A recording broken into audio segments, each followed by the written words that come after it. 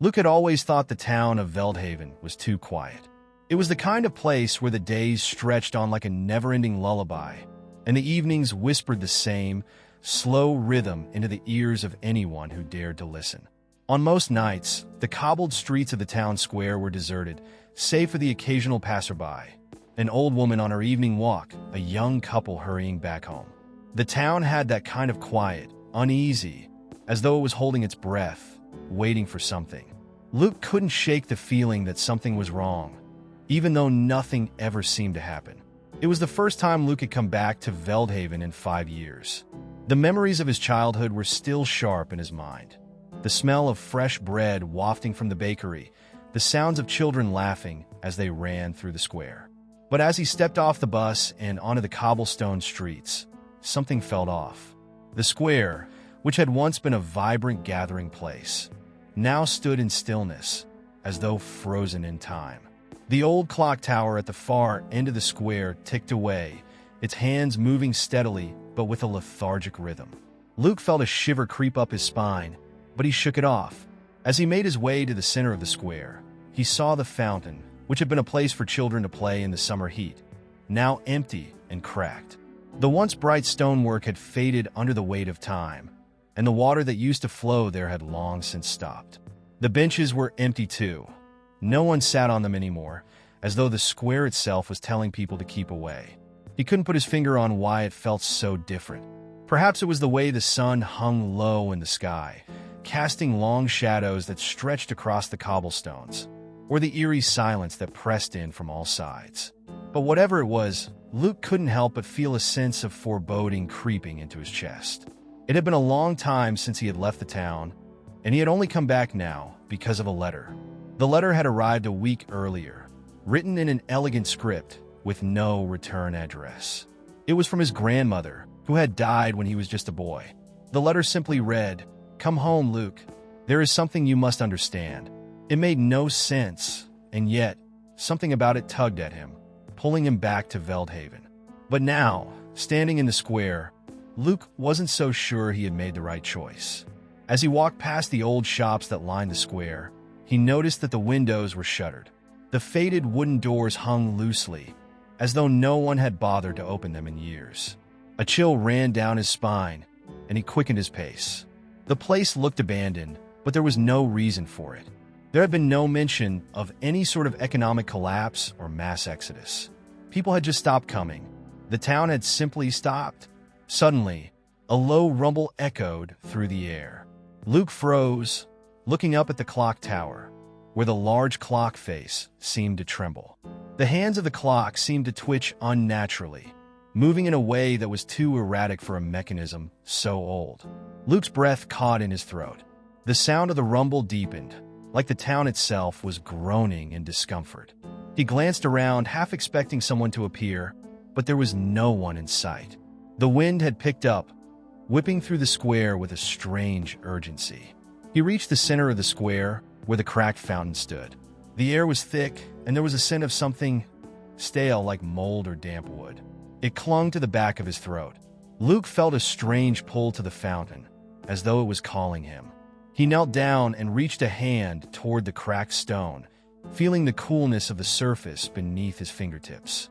His eyes were drawn to something at the bottom of the fountain, something half hidden by the dried-up, stagnant water.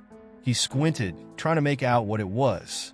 Just as his fingers brushed against the edge of the stone, there was a sharp creak behind him. He spun around, heart racing, but there was no one there. The square was still empty. But as he turned back to the fountain, his eyes widened. The shape at the bottom of the fountain was clearer now, a figure, hunched over, almost human, but not quite. It was just a shadow, a reflection of something far darker. The air seemed to shift around him, and he heard a faint voice, distant and barely audible, whispering his name. "Luke, come closer." He stood up quickly, the words ringing in his ears. His heart pounded in his chest. It was his name, but not in a way that felt like it belonged to him. He stumbled back, shaking his head. The quiet that had been hanging over the square for so long had thickened, pressing down on him like a weight. The square had always been silent, but now it felt like the silence was suffocating. He looked around again, half expecting to see someone, a friend, a neighbor, anyone. But there was no one, just the eerie hum of the wind and the unsettling presence of the empty town square. And as he turned to leave, the creak of a door opening behind him made him freeze. The wooden door of one of the old shops slowly groaned open, and from within, a figure emerged, clad in a dark cloak, face obscured by shadow. Luke didn't know who it was, but he felt an overwhelming sense of dread. The silence was no longer passive. It had become alive. The figure took a step toward him, and Luke's heart seemed to stop in his chest. The whisper came again, clearer this time. "You're not alone, Luke." And for the first time since he'd arrived, Luke wondered if he ever had been. Luke couldn't shake the feeling that something was wrong with Veldhaven. The eerie silence had taken on a new meaning, one that gnawed at the edges of his thoughts, reminding him that his return to this town wasn't just a matter of family ties or unresolved childhood memories. There was a force here, something intangible but palpably heavy in the air, that seemed to bend the town around it. And the stranger who had appeared in the doorway of the shop, his figure cloaked in darkness, only deepened Luke's sense of unease. The figure had said nothing, but its presence had been like an omen, a warning that he was on the precipice of something far darker than he could comprehend. After a moment that seemed to stretch on forever, the cloaked figure stepped back into the shadows of the shop, and the door creaked shut behind it, as though the whole exchange had never happened. Luke stood there, rooted to the cobblestones, staring at the now-closed door. He waited for something, anything, to indicate that what he had experienced was real. The faint whisper of his name echoed in his mind, like a distant memory, but it was followed by nothing. The town square, which had once felt suffocating in its stillness, now felt like a vast, empty void. Slowly, his feet moved, and he found himself walking toward the town hall, hoping that the more familiar surroundings would help clear his head. The town hall was an imposing building, with large windows that reflected the fading light of the evening sky. It had always been a place of order and tradition, where people gathered for meetings or celebrations. But as Luke approached, he noticed that the front doors were slightly ajar, a strange sight considering the town's usual sense of propriety. He hesitated, then pushed them open, feeling a chill crawl down his spine. Inside, the air was thick with the scent of old wood and dust, and the space seemed to stretch unnaturally. The town hall was supposed to be bustling during the day, with townspeople coming and going, but now it felt empty, as though no one had set foot in it for years. Luke's footsteps echoed in the silence, and for the first time since his arrival, he felt a deep longing for the town he remembered, warm, inviting, and full of life. But there was no life here now, only shadows. He wandered further into the building, his eyes scanning the walls for any signs of activity. The portraits of past mayors hung on the walls, their faces grim and lifeless. The once bright tapestries that had adorned the halls now hung in tatters, as if time had aged them far beyond their years. It was as if the entire town had been abandoned, not just physically, but emotionally. The people had disappeared, leaving behind only remnants of what used to be. Suddenly, a sound broke the silence, a soft rustling coming from the far end of the hall. Luke stopped in his tracks, his heart racing as he turned to face the source of the noise. He expected to see someone, perhaps an old town clerk or a forgotten resident, who had been hiding in the shadows. But there was no one. Instead, a faint gust of wind blew through the hall, fluttering the edges of the tattered tapestries and sending a chill through the air. The sound of the wind seemed to whisper, as though it were trying to tell him something. Luke could barely make out the words, but they felt strangely familiar. "Luke, you have to listen." The voice wasn't loud, nor was it human. It was a soft, insistent murmur, as if it were coming from deep within the walls themselves. Luke's pulse quickened. He had heard the whispers before, the strange voice that had called his name in the square. He couldn't understand why, but he was certain that they were connected. The town, the whispers, the strange figure in the shop. It was all beginning to feel like a puzzle he couldn't quite solve. Without thinking, Luke followed the sound, his steps quickening as the voice seemed to grow louder, guiding him down a narrow corridor to the back of the hall. The walls here were even darker, the air colder. It was as though the building itself was closing in on him, trapping him in its maze. And yet, there was a strange comfort in the path he was following, as though it was leading him to something he was meant to find. At the end of the corridor, a small wooden door stood ajar, its hinges rusted with age. Luke pushed it open, half expecting to find another empty room, but instead, he was met with something far more unsettling. The room was dimly lit by a single candle, its flame flickering weakly. The walls were lined with old bookshelves, but what caught Luke's eye was the large, ornate mirror that stood in the center of the room. It was framed in dark wood, intricately carved with symbols Luke couldn't recognize. The mirror itself was cracked, the fractures spiderwebbing across its surface like the veins of some ancient creature. The whispers grew louder, and Luke felt a strange compulsion to step closer to the mirror. He didn't understand why, but he couldn't resist. As he gazed into the broken reflection, he saw not just his own face, but something else, something that shouldn't have been there. A shadow, a shape that loomed behind him. But when he turned around, the room was empty. The air was still. The whispering had stopped. But Luke knew, deep down, that it wasn't over. The town had been waiting for him, drawing him back to a place that had been forgotten by time. And the whispers, the ones that had called his name, were not just a warning. They were a summons. Something was calling him to the heart of Veldhaven, to the square where it all began. And Luke was beginning to understand that he had no choice but to listen. He turned away from the mirror, his heart pounding, and made his way back through the hall, out into the square. The whispers had stopped, but the wind was still there, carrying with it the promise of something that lurked just beneath the surface. The town was waiting. Luke couldn't bring himself to leave the town. He had tried, a part of him determined to walk away, to get on the next bus and never look back. But something tethered him to Veldhaven. Something he couldn't explain, something beyond the eerie silence or the whispers that still haunted him. His mind kept circling back to the figure in the square, the cloaked man who had appeared so suddenly and without warning. The town seemed to pulse with an unseen energy, and Luke could feel it pressing in on him, suffocating him, yet he couldn't walk away. It was as if the very air in the town had woven itself around his heart, keeping him bound to its strange, unsettling rhythm. That evening, as the sun dipped below the horizon, Luke found himself back in the square. The shadows had deepened, stretching long and dark across the cobblestones. The once vibrant fountain in the center remained dry, its cracked stonework like a silent witness to the town's abandonment. The clock tower loomed in the distance, its hands frozen at a time Luke couldn't identify. It was the kind of place that felt like a memory, like something that had been abandoned long ago but was unwilling to be forgotten. He stood in the center of the square for a long moment, waiting for something, anything, to break the stillness.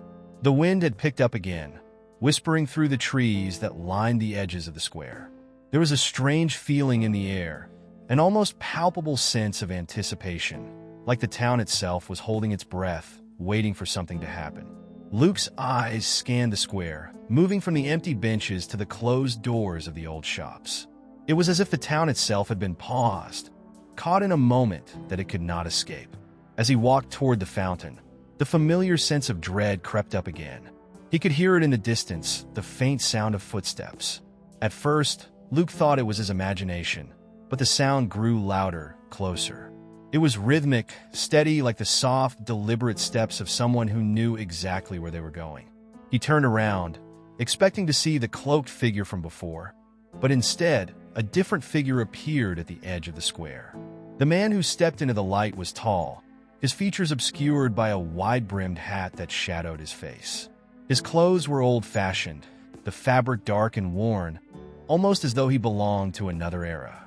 He didn't walk with the typical hurried steps of someone trying to get somewhere. He moved slowly, deliberately, with a sense of purpose that unsettled Luke even more. The figure's gait was unervingly smooth, his feet barely making a sound on the cobblestones. As he drew closer, Luke's heart began to race. There was something in the man's posture, something about the way he held himself, that made Luke feel like he was facing something unnatural, The figure stopped at the edge of the fountain, his gaze fixed on the dry stone basin. Luke instinctively took a step back, his eyes fixed on the man. The silence between them was heavy, thick with an unspoken understanding. And then, without warning, the man spoke. It's been a long time. His voice was low, a rasping sound like gravel dragged across stone. I didn't think it would come to this. Luke froze, his mind racing.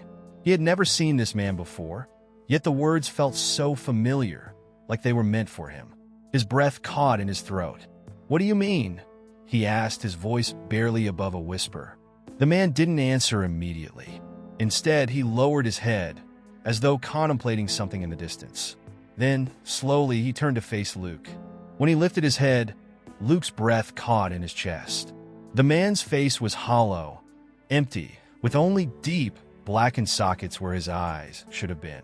His skin was stretched tight across his skull, and his lips were pulled back in an unnatural smile that seemed to mock the very notion of warmth or humanity.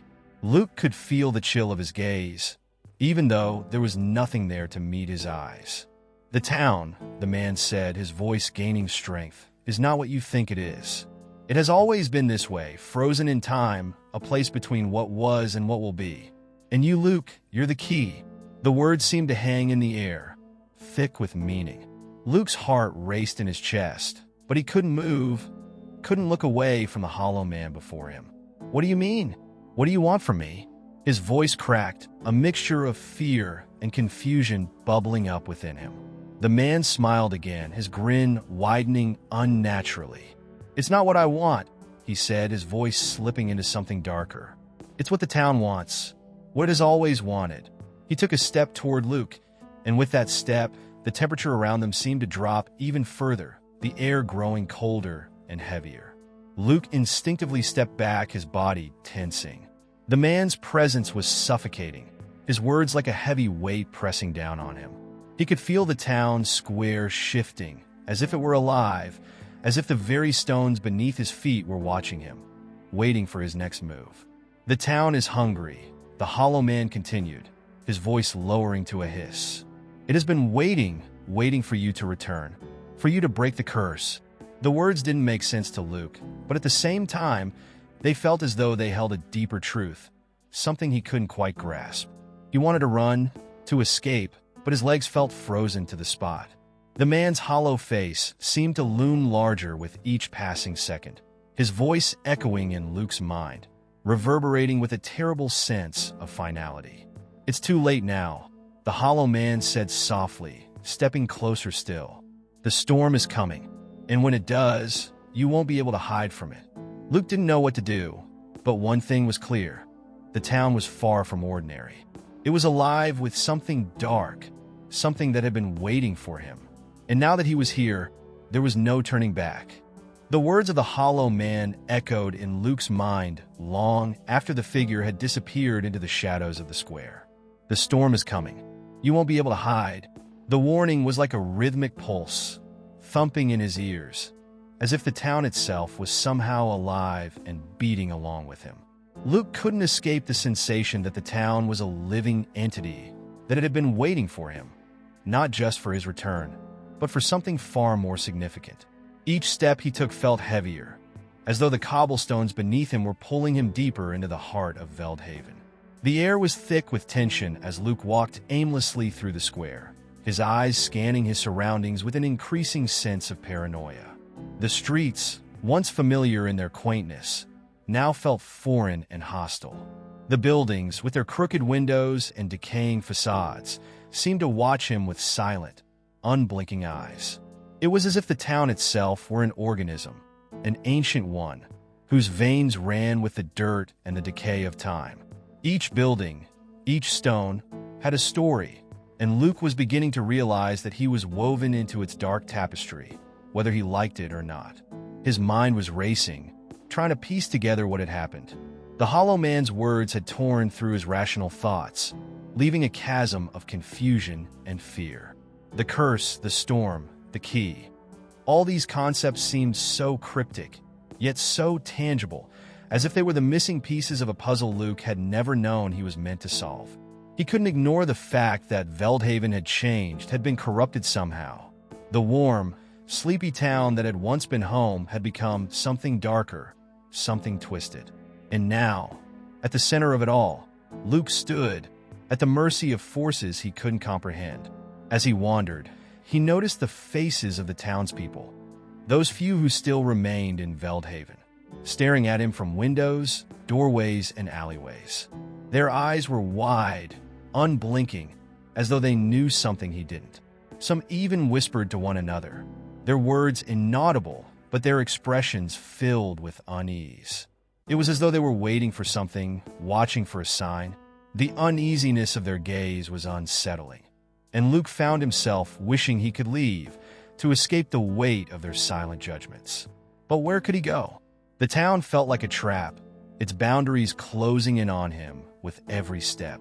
He paused in front of the old town church, a place he had never felt particularly drawn to, but which now seemed to call to him in a way that was impossible to ignore. The church, though worn and weathered, still stood tall in the heart of the square. Its tall spire reached toward the sky, a monument to the town's once thriving faith. The windows, though cracked and broken in places, still retained a sense of sanctity, despite the decay. But now there was something unnerving about it. The faint light coming from the windows seemed dimmer than it should have been, as if the church itself were holding its breath. There was a coldness that radiated from the stone walls as Luke stepped closer. The doors were slightly ajar, creaking in protest as they swung open, revealing the dim interior. It was quiet inside, eerily so, as if time itself had forgotten this place.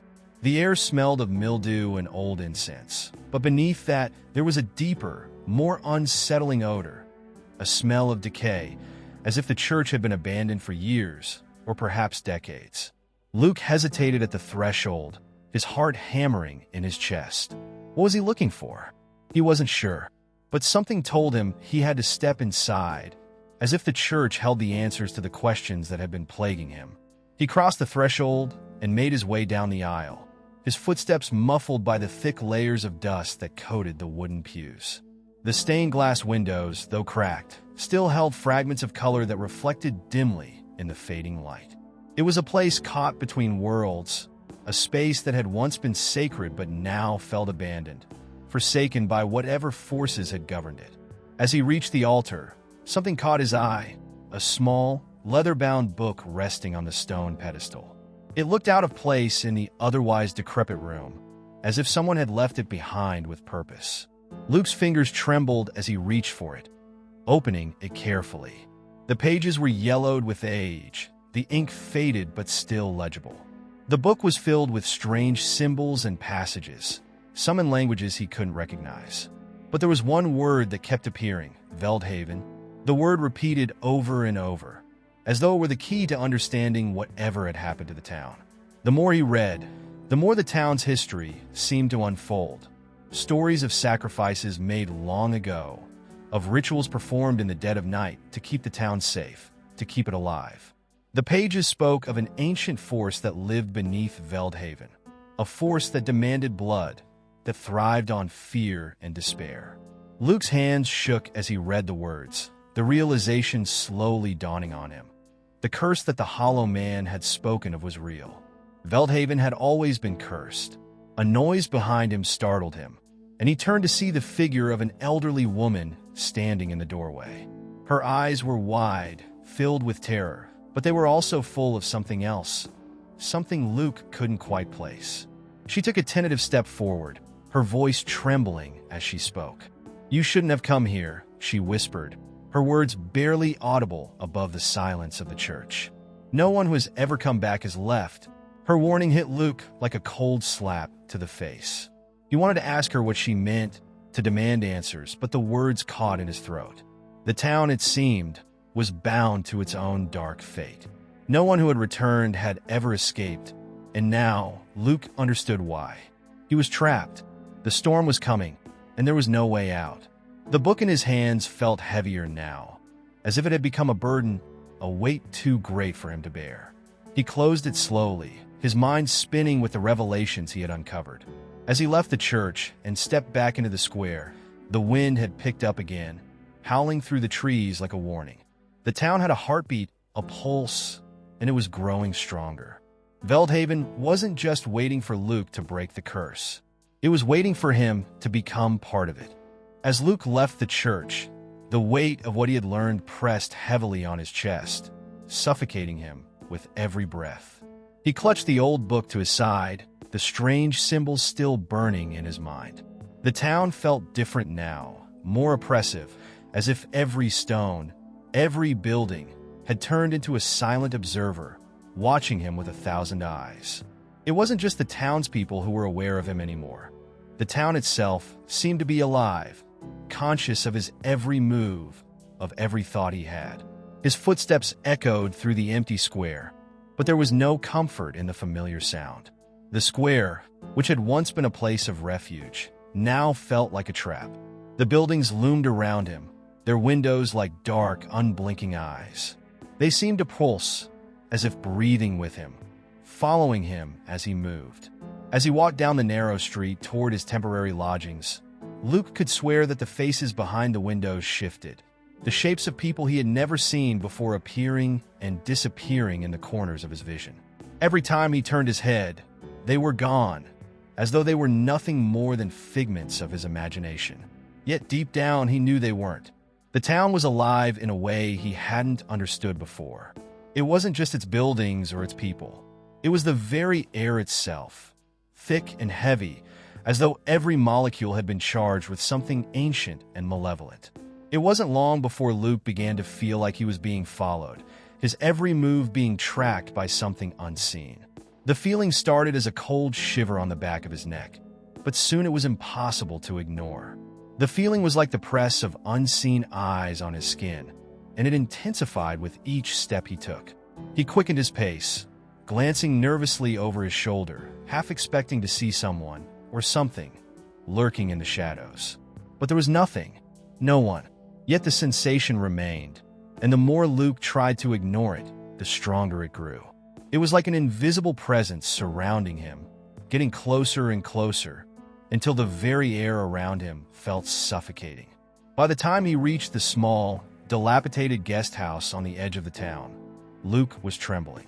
His mind raced with thoughts of the hollow man, of the elderly woman's warning, of the book and its terrifying secrets. He had to leave. He had to get out of this place before it consumed him, before it claimed him like it had claimed everyone else who had come before him. But even as he stood in front of the guest house, the door looming ahead of him like the mouth of some monstrous beast, he knew deep down that leaving wasn't an option. The town had him now. It wouldn't let him go. Inside the guest house, the air was still and stagnant, the walls creaking under the weight of years of neglect. Luke could hear the faintest sounds, the scrape of rats in the walls, the groan of floorboards settling under the pressure of something unseen. But it was the silence that made him uneasy, the silence that stretched on too long, pressing in on him from all sides. He sank into a chair near the window, his eyes scanning the empty street outside. It was dark now, the last rays of the sun swallowed up by the thick clouds that hung overhead like a shroud. The street was eerily quiet, devoid of the usual sounds of crickets or rustling leaves. The silence was almost unnatural, as if the town had gone still, holding its breath, waiting. But then he saw it. Movement. Just a flicker at the edge of his vision. But it was enough to make his heart stop. He turned sharply toward the window, his eyes darting to where he had seen the movement. But there was nothing. Only the empty street, the abandoned buildings, and the darkened sky. He breathed a shaky sigh of relief, telling himself it was just his imagination, that the weight of the town's strange atmosphere was starting to get to him. But as he settled back in the chair, trying to shake the feeling, he couldn't ignore the sensation that something was still watching him, just out of reach, just behind the walls of the house. The room felt smaller now, suffocatingly so. The shadows seemed to stretch and twist in the corners of his vision, creeping along the walls like something alive. His hands shook as he picked up the book again, desperate to find something, anything, that might explain what was happening to him, to the town.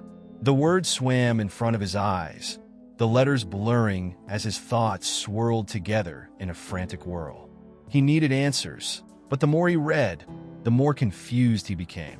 The symbols made no sense. The passages spoke of things he couldn't understand. But one thing was clear. The town had a deep, insidious hunger, and Luke was at the center of it. His mind raced back to the Hollow Man's words. The town is hungry. The hunger, the storm, the curse, everything was connected. But how? What was the key to breaking it? He felt an overwhelming urge to leave, to go back to the square, to confront whatever was watching him, whatever was pulling him into the town's dark heart. But he couldn't bring himself to move. His body felt heavy, trapped within the walls of the guest house, as if the very structure of the town had grown around him like a web.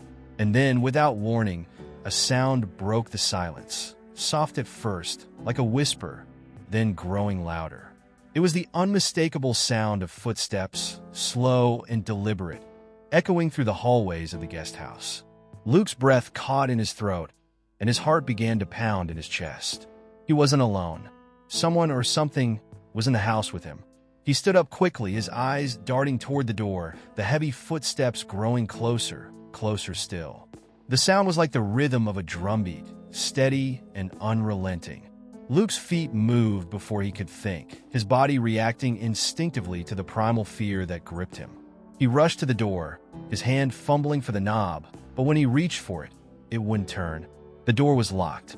Panic surged through him. He spun around, his eyes wild as he searched the room for an escape, but there was no way out. The room had grown smaller, the shadows stretching longer and closer, as if the walls themselves were closing in. And then, just as the footsteps reached the door, they stopped. The silence returned. But Luke could feel it, the presence. It was in the room with him now, breathing in the darkness, its eyes on him, waiting. And that was when Luke knew.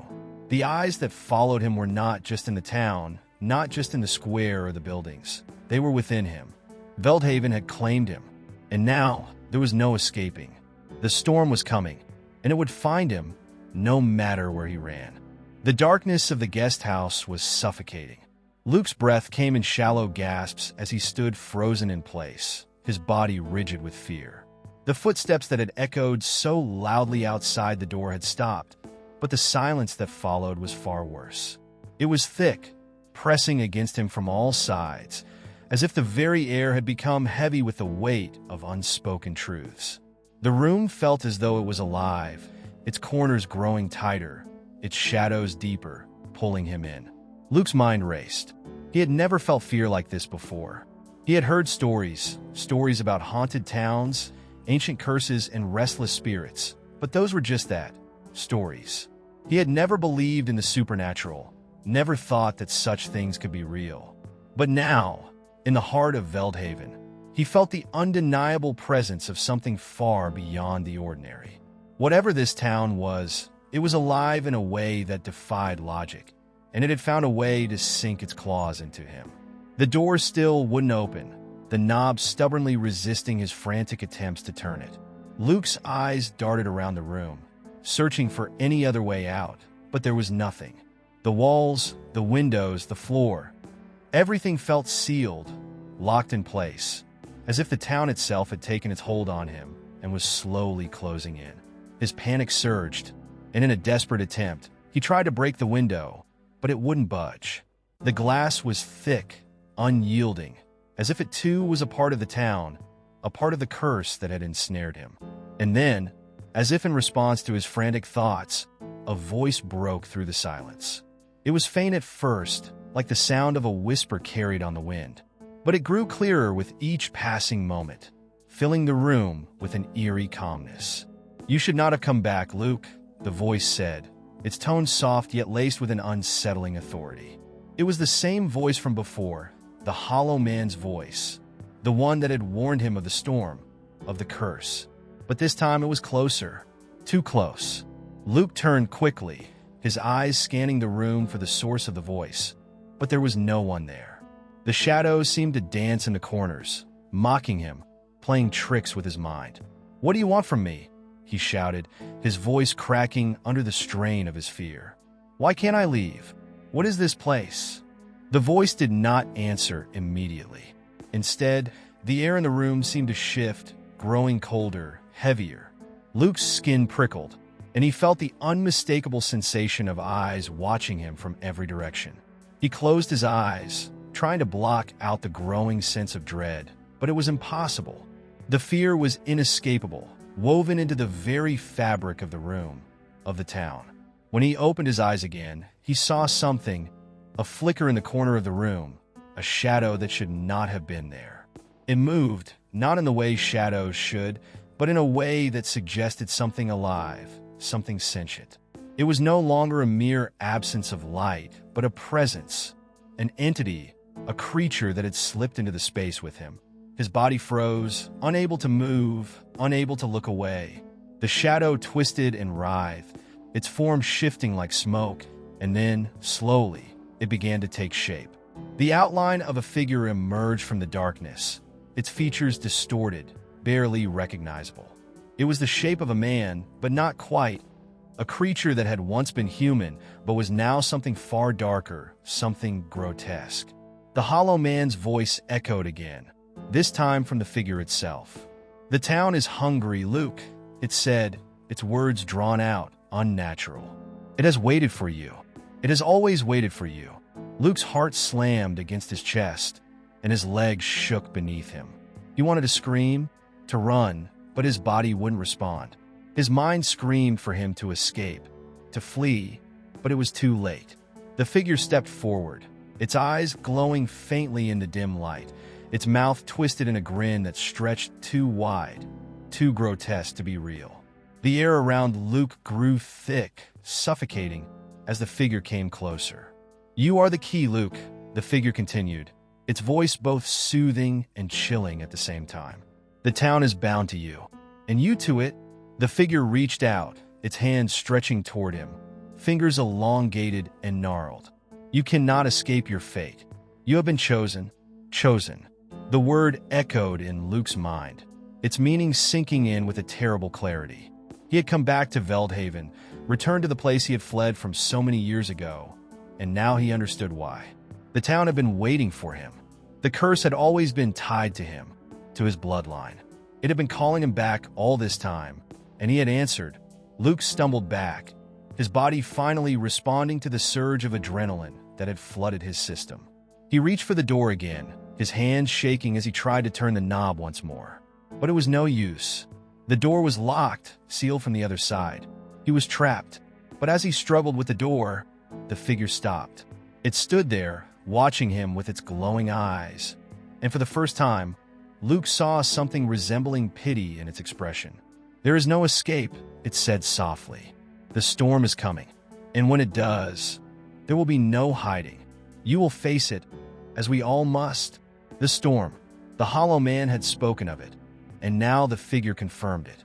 The storm was not just a physical one, a tempest of wind and rain.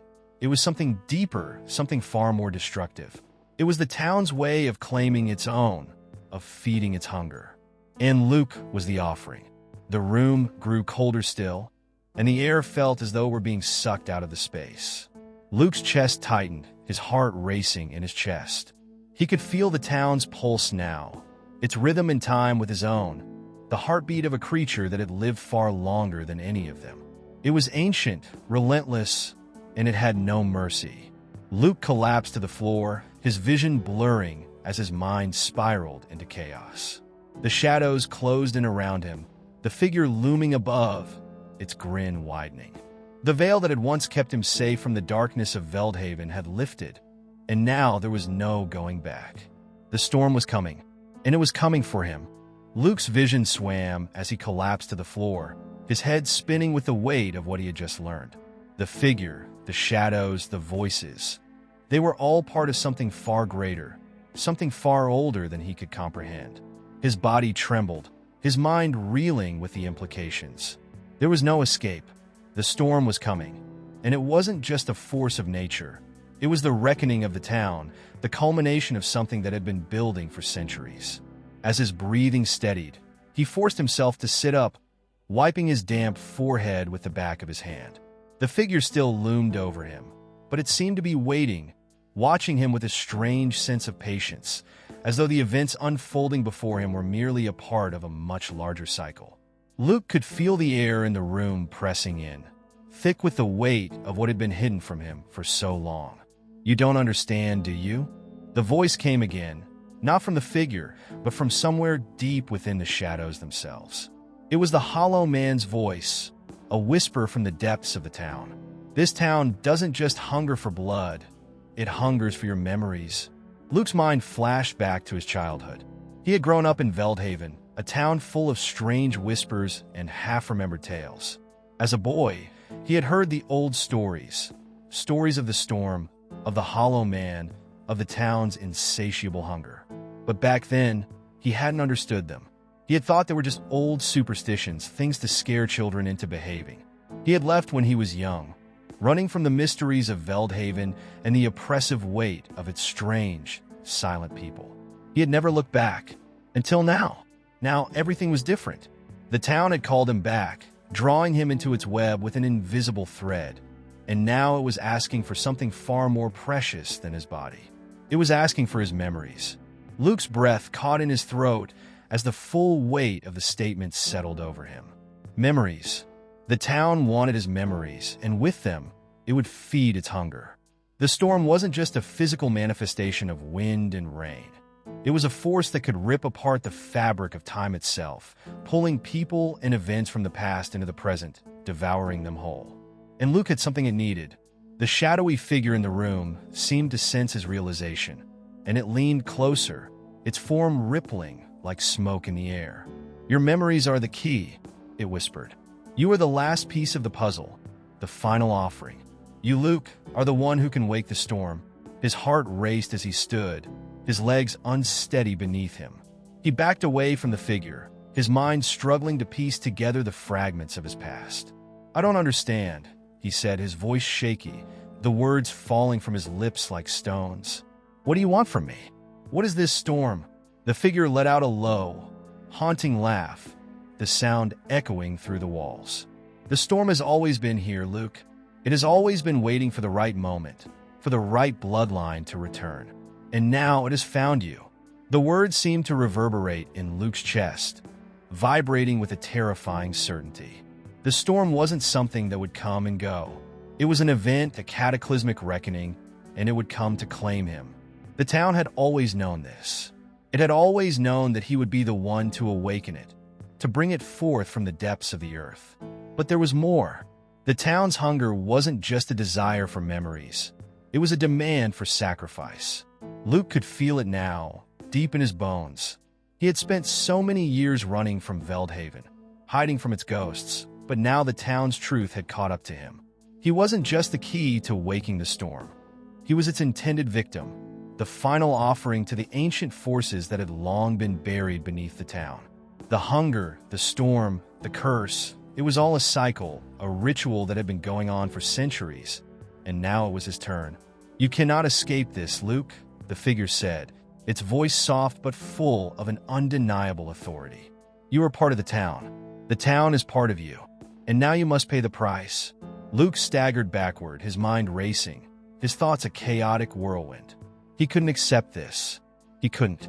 He had to find a way out, a way to break the cycle, to stop the storm before it tore him and everyone else apart. But as he looked around the room, the walls seemed to close in on him, the shadows thickening, the air growing colder still. It felt like the very fabric of the world was shifting, slipping, like the threads of reality itself were being pulled apart. Suddenly, a distant sound cut through the silence. The low rumble of thunder, faint at first, but growing louder with each passing moment. The storm had begun. It was outside, it was coming, and it was closing in on the town with a terrifying inevitability. Luke could feel the pressure building, the storm pulling at the edges of his mind, dragging him toward the center of it, where everything would be consumed.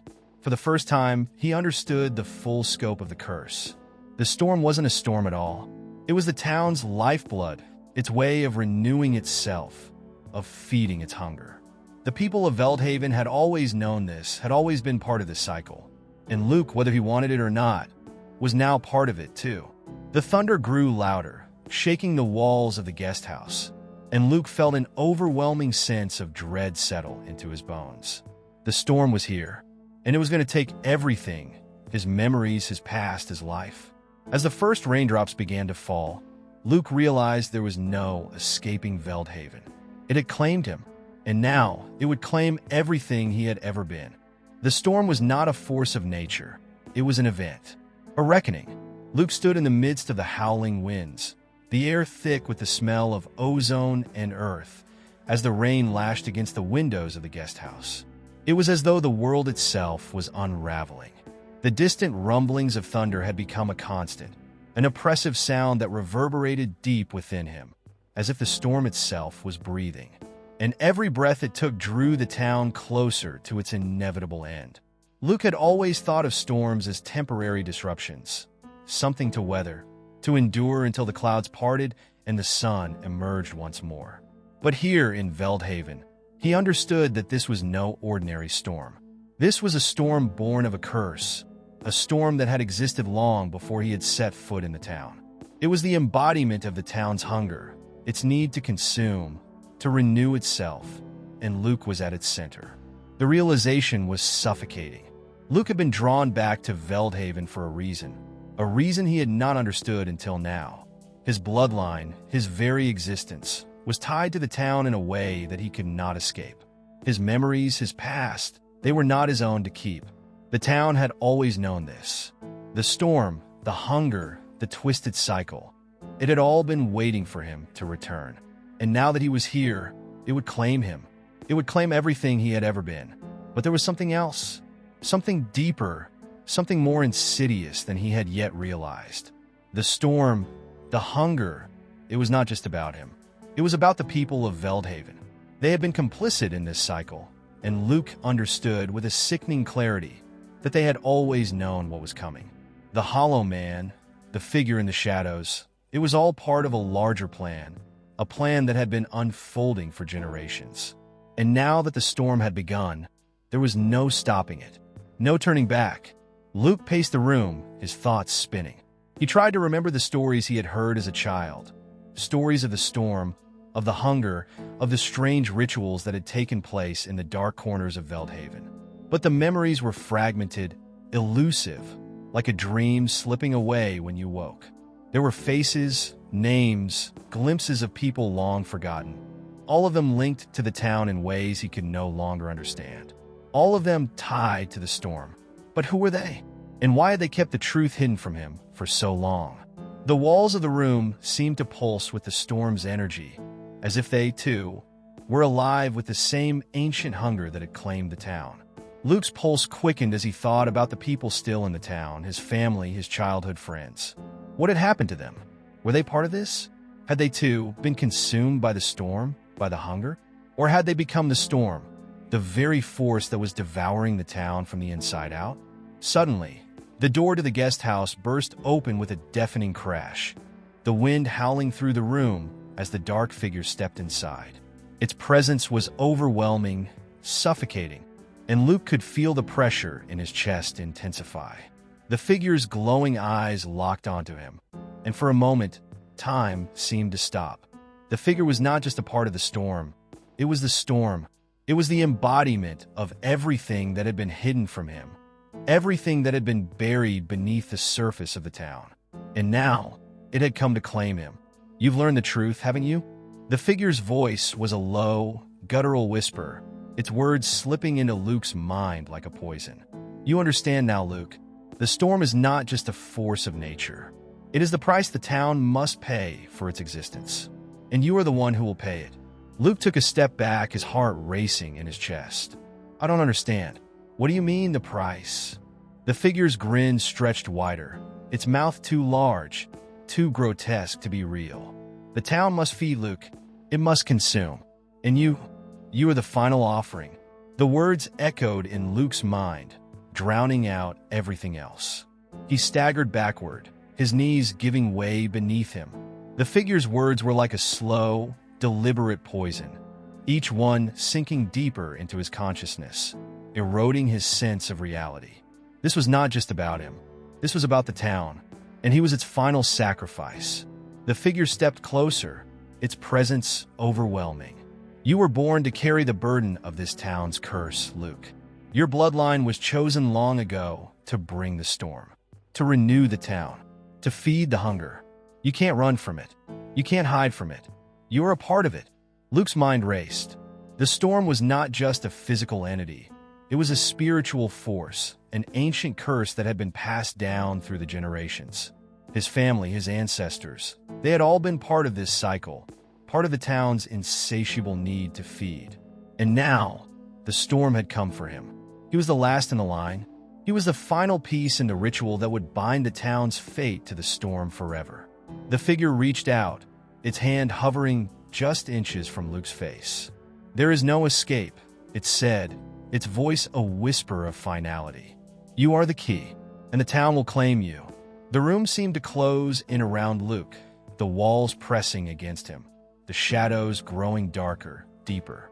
He could feel the storm outside, its fury rising as it fed on the energy of the town, on the fear and despair that had long been buried beneath the surface. And Luke could feel it too, the hunger. It was inside him now, a part of him, a part of the town. It was calling to him, demanding that he give in. But Luke wasn't ready to surrender. He couldn't accept this fate, couldn't allow the town to consume him, to take everything he had left. He had to find a way out. He had to fight. The figure seemed to sense his defiance. It tilted its head, its grin widening, a cruel and knowing expression on its twisted face.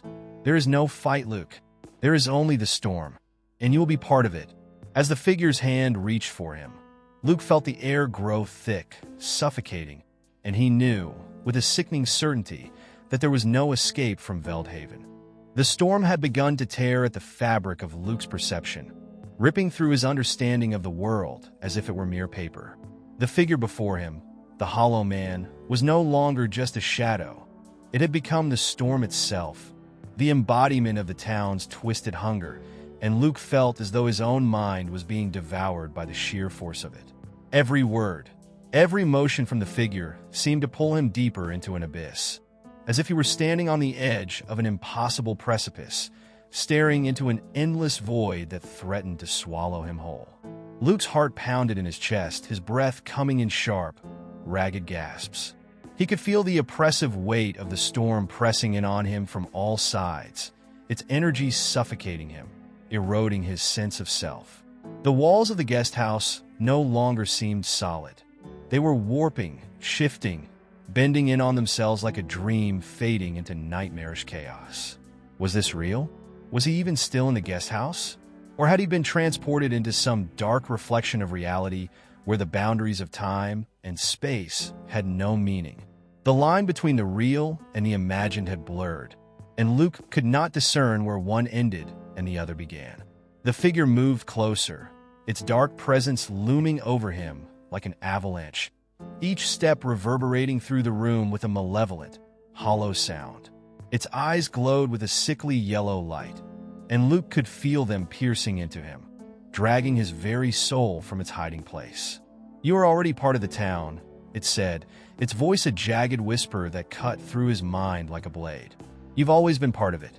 The storm did not create you.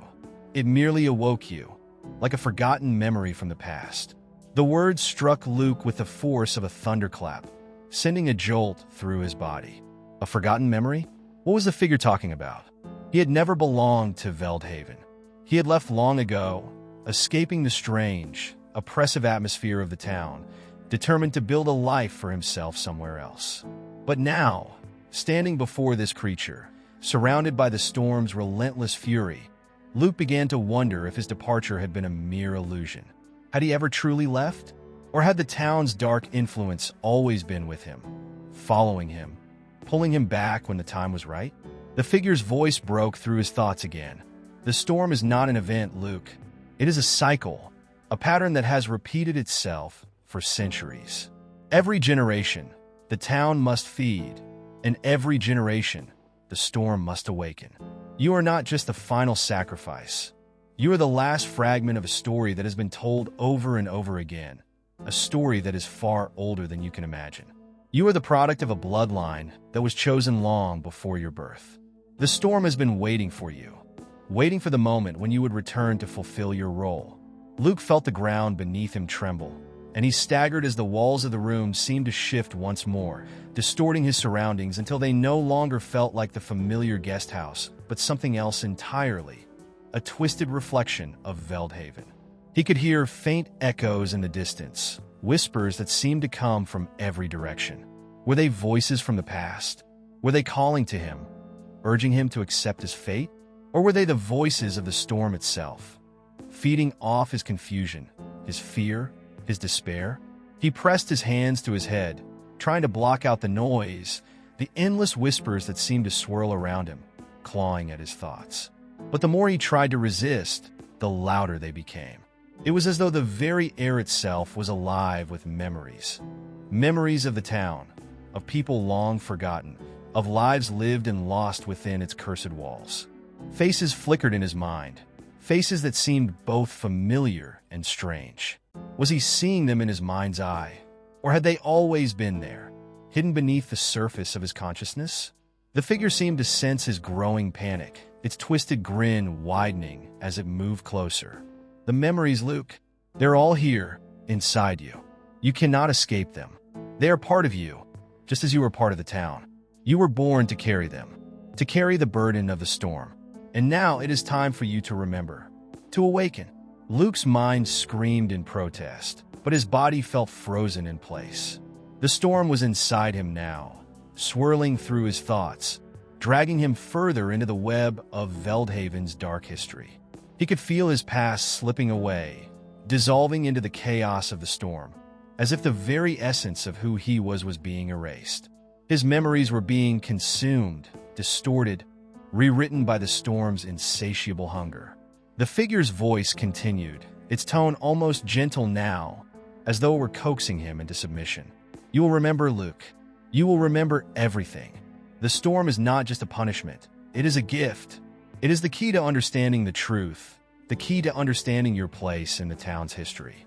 You are not a victim. You are not an outsider. You are the culmination of everything that has come before you. Suddenly, the storm outside intensified, its roar deafening. The windows of the guest house rattled, the glass shaking in their frames as if the building itself were about to collapse under the force of the wind. And then, in the midst of the chaos, Luke saw it. An image, fleeting and indistinct at first, but then becoming clearer, sharper. It was a face, a woman's face, her eyes wide with terror. He had seen her before. He had seen her in his dreams, in his fragmented memories. But who was she? What did she have to do with all of this? The figure seemed to follow his gaze, its eyes glinting with malicious satisfaction. Ah yes, her. You remember her, don't you? She was the one who came before you, the one who failed to complete the cycle, the one who tried to run from the storm. But the storm always claims what is its own, Luke. It always finds a way. Luke's pulse quickened as the truth began to piece itself together, like fragments of a shattered mirror slowly falling into place. The woman, she was part of his past. She was part of the town's cursed history. She had tried to escape, just as he had, but in the end, the storm had taken her, just as it would take him. There was no escape. There never had been. The storm outside grew louder, its howls reverberating through the walls as the town of Veldhaven seemed to close in around him, its hunger growing, its insatiable need pulling him further into its depths. Luke was no longer just a witness to the storm. He was a part of it. He was its final sacrifice, its last offering. The memories were gone. The past was gone. And now, the storm was all that remained. The world outside was a blur of shifting shadows and relentless rain. The storm that raged in Veldhaven seemingly growing with every passing moment. Luke felt himself drifting further from the man he had once been, unraveling piece by piece, as if the very essence of his being was slowly being torn apart by the monstrous winds of the storm.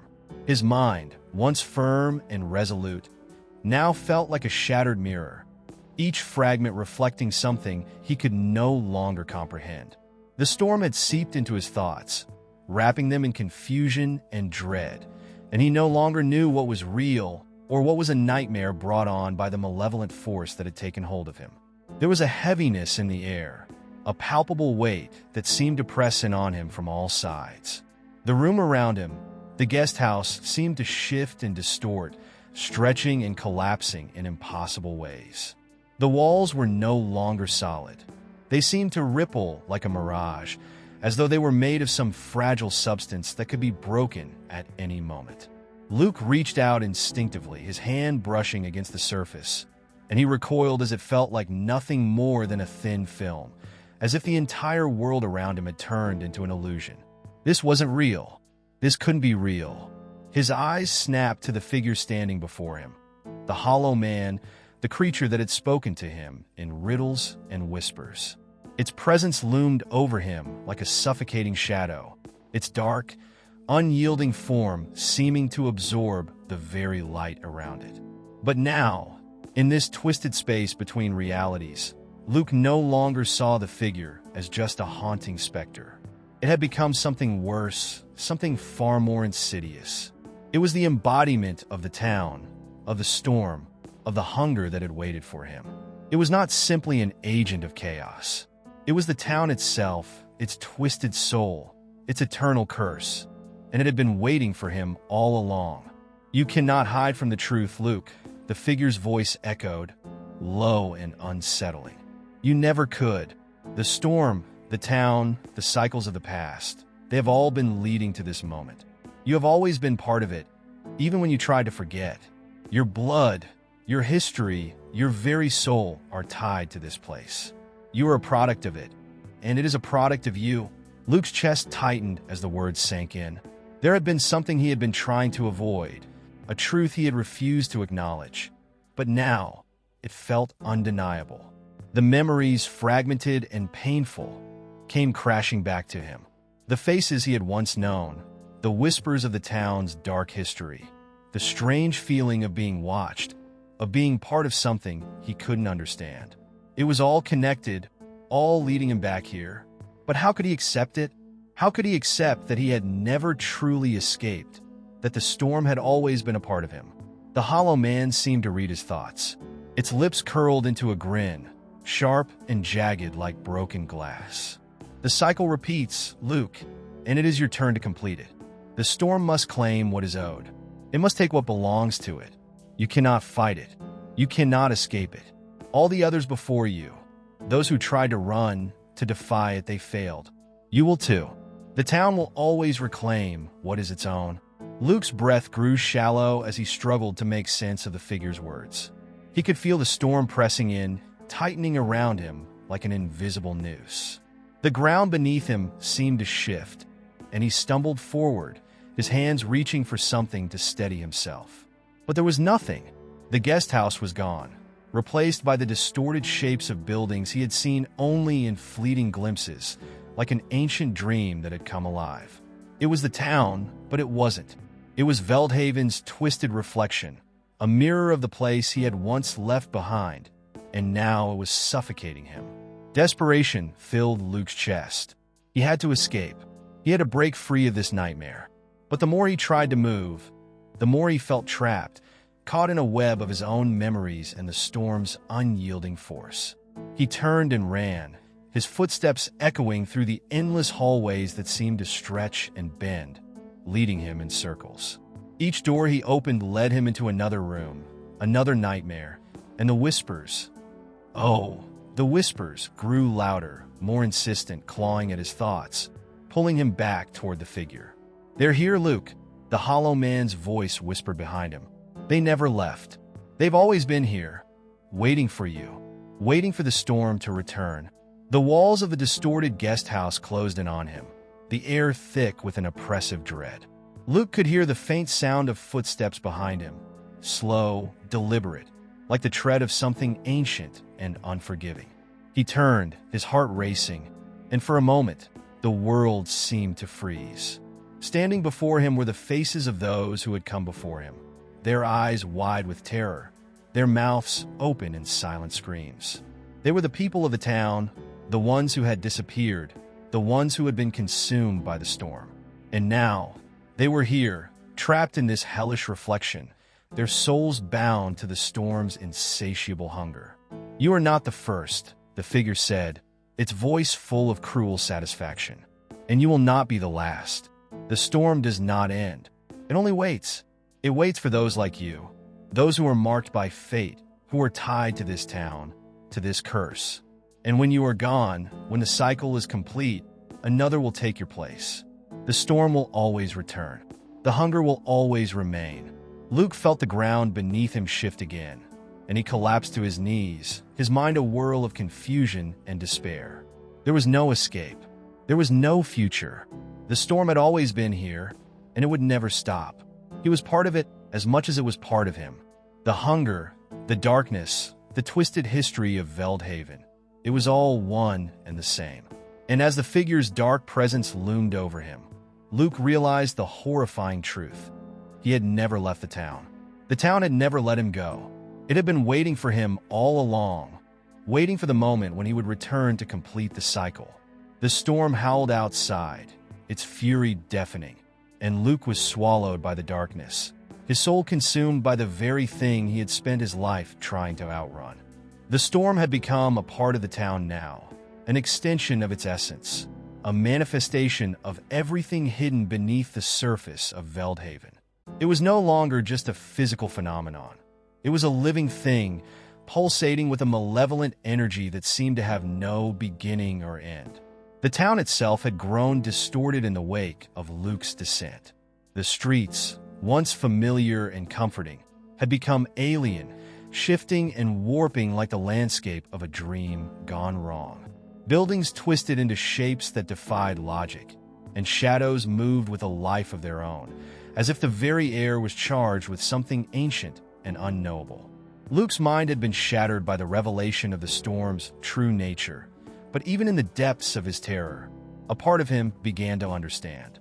There was a strange clarity amidst the chaos, a horrible realization that the town and the storm were not separate entities. They were intertwined, bound together by forces older than time itself. The curse that had plagued Veldhaven for generations wasn't just a consequence of evil. It was a cycle, a necessary process that fed on the blood and souls of those who inhabited it. And Luke was no different from those who had come before him. He had tried to escape, to outrun the storm, but he now understood that such attempts were futile. The storm had always been there, waiting patiently for its prey. No one could escape its grasp. The town's history, its people, and its land were all bound by this unrelenting cycle of destruction and rebirth. Every life in Veldhaven was a thread woven into the fabric of something far more terrible than he could have ever imagined. It was a cycle that had to be completed, a hunger that had to be fed. In the heart of the town, the square that had once been a place of community and life was now a twisted reflection of its former self. The statues of forgotten figures had become grotesque, their features twisted into agonized expressions, as though the very stone had been corrupted by the malevolent force that gripped the land. The fountain, once a symbol of life and renewal, now stood silent and still, its waters black as ink, swirling endlessly without purpose. The trees that lined the square had grown gnarled and twisted, their branches reaching out like skeletal hands, grasping for something Luke couldn't quite understand. As Luke wandered through the square, his footsteps seemed to echo louder than they should have, as if the very ground itself was reacting to his presence. He could hear whispers in the wind, voices from the past calling out to him, begging him to understand, to accept the inevitable. It was as if the storm had reached into the very core of his being, pulling the secrets from his soul and laying them bare. The truth was inescapable now. Veldhaven's fate was his fate. The storm was not a separate entity. It was a part of him, and he was a part of it. The hunger that had consumed the town's history had now found its place within him. He could feel the eyes of the townsfolk watching him from the shadows, their hollow gazes piercing through the darkness. The faces of the lost, the forgotten, those who had been consumed by the storm in years past, were etched into his memory now, as vivid as his own. They stood frozen in time, their lives claimed by the storm, their souls forever trapped in the cycle. They had once been like him, alive, breathing, full of hope and fear. But now they were just echoes, their existence a hollow reminder of the fate that awaited everyone who lived in Veldhaven. And he, too, would become one of them. The storm's voice whispered again, not from the air, but from within Luke himself. It had found a place in his mind, a corner of his soul that he couldn't shut out. "It is done," it said, its voice like 1,000 voices speaking in unison. "The cycle is complete. The hunger has been fed, and the town shall rest, but only for a time. The storm shall return, as it always does, and the cycle will begin anew. It is inevitable. It has always been inevitable." Luke stood frozen in the square, the weight of the storm pressing down on him, suffocating him. There was no escape from this, no way to change the course of what had already been set in motion. The storm had consumed the town, and now it had consumed him. The blood of the past flowed through his veins, the lives of the forgotten etched into his flesh. He was no different from them. He was no different from the countless souls who had come before him, doomed to repeat the same patterns, to suffer the same fate. The storm had found its way into his heart, and as it raged around him, Luke realized with chilling clarity that there would be no escape, not for him and not for anyone who came after. Veldhaven was a place of eternal darkness, a town caught in a cycle of its own making. And now it had claimed him. The cycle was complete. And as the storm howled louder, drowning out all other sounds, Luke's body fell to the ground, his soul swallowed by the very force that had consumed the town for generations. But even as Luke's life was extinguished, the storm's hunger remained unsatisfied. It waited, as it always had, for the next soul to fill the void. The cycle would continue, and Veldhaven would never be free. In the distance, the faintest flicker of light appeared on the horizon, a reminder that even in the darkest corners of existence, there is always something waiting to be reborn. The storm would return, and with it, another would be chosen to join the endless cycle. In the aftermath of Luke's fall, the storm did not relent. It continued to rage over Veldhaven, its fury unbroken, as if the very heavens themselves had aligned to witness the final act of a tragedy that had been unfolding for centuries. The town, now abandoned by its living souls, had transformed into something much darker. The eerie stillness of the square, once a place of bustling community, was now nothing more than a chilling void. The statues of forgotten figures stared blankly into the heavens, their once serene faces twisted by the corrosive force that had overtaken the town. The fountain, still black as ink, had ceased its endless swirling. Instead, it now stood as a silent monument to the storm's insatiable appetite. Yet there was something in the air, something intangible, that remained. The whispers that had clawed at Luke's mind were now gone, but the air still hummed with a strange presence, as though unseen eyes were watching from the shadows, waiting for something. The land seemed to pulse, not with life, but with the memory of it. There was a lingering sense of awareness, of consciousness, that stretched across the town. It was as though the storm itself was alive, and not only in the sense of its violent force, but in a deeper, more terrifying way. It was aware of itself, aware of the town, and aware of the empty space that now surrounded it. And in the distance, beyond the crumbling remains of Veldhaven, there were signs, small, almost imperceptible signs, that the storm's influence had begun to stretch beyond the boundaries of the town. The land surrounding Veldhaven, once familiar and untarnished, had begun to change. The trees at the edge of the town, once tall and strong, had grown twisted and gnarled, their branches reaching out like the hands of a great beast. The fields that had been fertile and green were now barren, cracked earth, split open as if something beneath the surface was trying to claw its way out. It was as though the storm had left a scar on the world, a mark that would never heal. But the most unsettling thing of all was the silence. No birds, no animals, no insects could be heard. The air itself seemed to be holding its breath, as if afraid of what would come next. The cycle, which had always been a part of the town's dark history, was no longer just a local phenomenon. It was expanding, and whatever had once been contained within the borders of Veldhaven was now seeping into the surrounding world. A few days had passed since Luke's disappearance, and though the storm had subsided somewhat, its presence was still felt, thick in the air, oppressive in its silence. The townspeople who had once lived in the outskirts of Veldhaven, those few who had escaped the town's dark history, had begun to take notice of the strange happenings. Their homes, which had once been safe from the storm's wrath, now seemed to be affected by it. Their crops were failing, their livestock falling ill, and even the very air seemed to feel heavy, as if weighed down by an unseen burden. It was as though the storm had awakened something deep within the land, something that had always been there, waiting. Yet, despite the growing unease, no one could speak of the storm openly. The town's history had been buried beneath layers of secrecy, and those who lived in its shadow knew better than to ask too many questions. The memories of the past had been carefully erased, wiped from the collective consciousness of Veldhaven's remaining population. There were whispers, yes, but they were quick, fearful, and always in hushed tones. No one dared to speak aloud of what had happened to the town or of the strange events that had been unfolding in the wake of Luke's disappearance. In the heart of the town, where the square remained frozen in time, a different kind of presence lingered. The Watchers, those who had lived in the town long before the storm had come, had always been a part of Veldhaven's dark legacy. They were the ones who had seen the cycle begin, the ones who had witnessed its horrors, but who had chosen to remain hidden, watching from the shadows, powerless to stop it.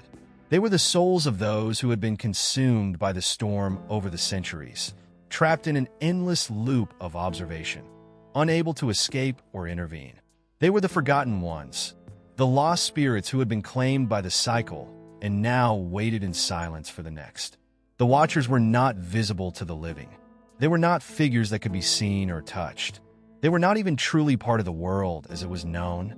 They existed in a space between the living and the dead, between the storm and the town. Their presence felt only in the most fleeting of moments, in the cold shivers that ran down the spine of those who dared to look into the corners of the square or the darkened alleyways. They were the echoes of the past, the ones who had witnessed the storm's terrible power firsthand and had been forced to become a part of it. As the days passed, the Watchers began to stir. They had felt Luke's presence, his struggle, and they had watched as the storm claimed him. But they had also seen something else, something that filled them with a terrible sense of anticipation. The cycle had begun to shift. The storm was changing, evolving. It had consumed Luke, yes, but now it sought something else, something more. And the Watchers knew that what was coming next was far worse than anything that had come before. The land around Veldhaven was beginning to pulse again, but this time it was different. The storm had grown restless, more powerful.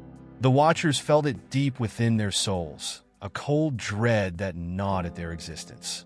They had long ago given up on the idea of escape, resigned to their fate as silent observers. But now, for the first time, they began to fear. The storm was not just a force of nature.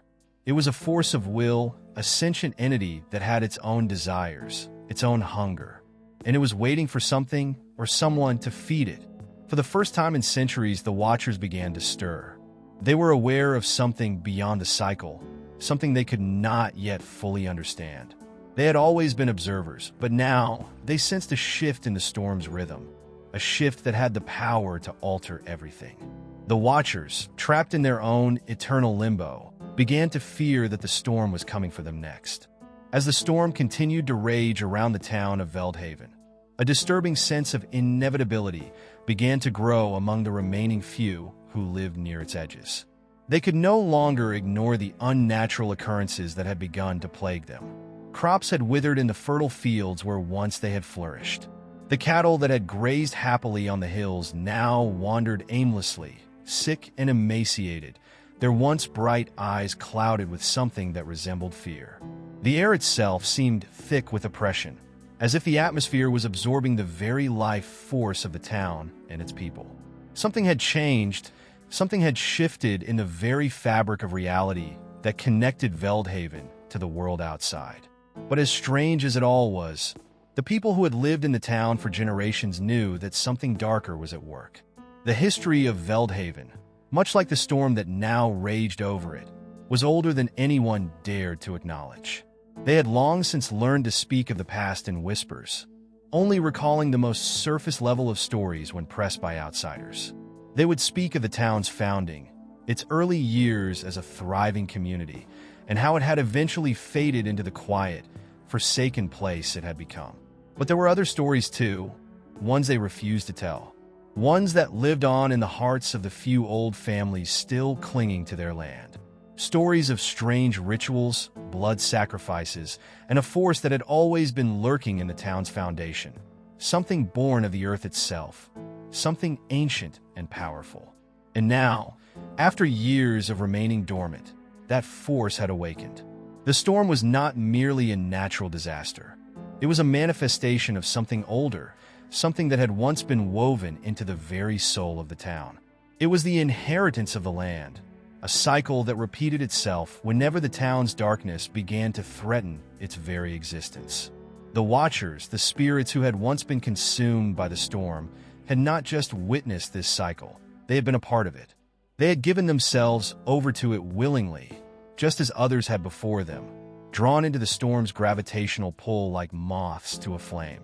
Luke had become the storm's latest victim, but in the eyes of the townspeople, his death was not an isolated event. It was part of a much larger pattern, a pattern they had learned to fear but never fully understood. The storm needed a sacrifice, a blood offering, to feed its eternal hunger. And now, with Luke's life extinguished, the storm had grown stronger, feeding on his essence and leaving the land hollow in its wake. The Watchers felt the change, the shift in the storm's energy. It was no longer just an external force wreaking havoc on the town. It had become a part of the land itself. The storm was the land, and the land was the storm. As the storm's hunger grew, the few remaining inhabitants of the outskirts of Veldhaven began to feel an even greater sense of dread. The once close-knit community had begun to fracture. Fear spread like a virus, infecting every corner of the town. People stopped talking to one another, stopped gathering for the feasts and celebrations that had once defined the rhythm of their lives. They knew something was wrong, but the weight of history pressed down on them, and no one dared speak the truth aloud. The storm had come before, they told themselves, and it would pass again. It always had, but deep down, they feared that this time was different, that this time, the storm would not leave, not until it had claimed everything. It was then that one of the elders, a woman named Agnes, began to recall the stories that had been buried for generations. She had grown up in the town and had heard whispers of the storm's true nature from her grandmother, who had passed down the tales of the town's forgotten history. Agnes had always dismissed the stories as folklore, old wives' tales meant to scare children. But now, as the storm grew stronger, she found herself unable to shake the feeling that the old stories were true. They had been true all along, and the town had been blind to the danger that had always lurked in its depths. She began to speak out, quietly at first, but the other townspeople quickly shut her down. They didn't want to hear the truth.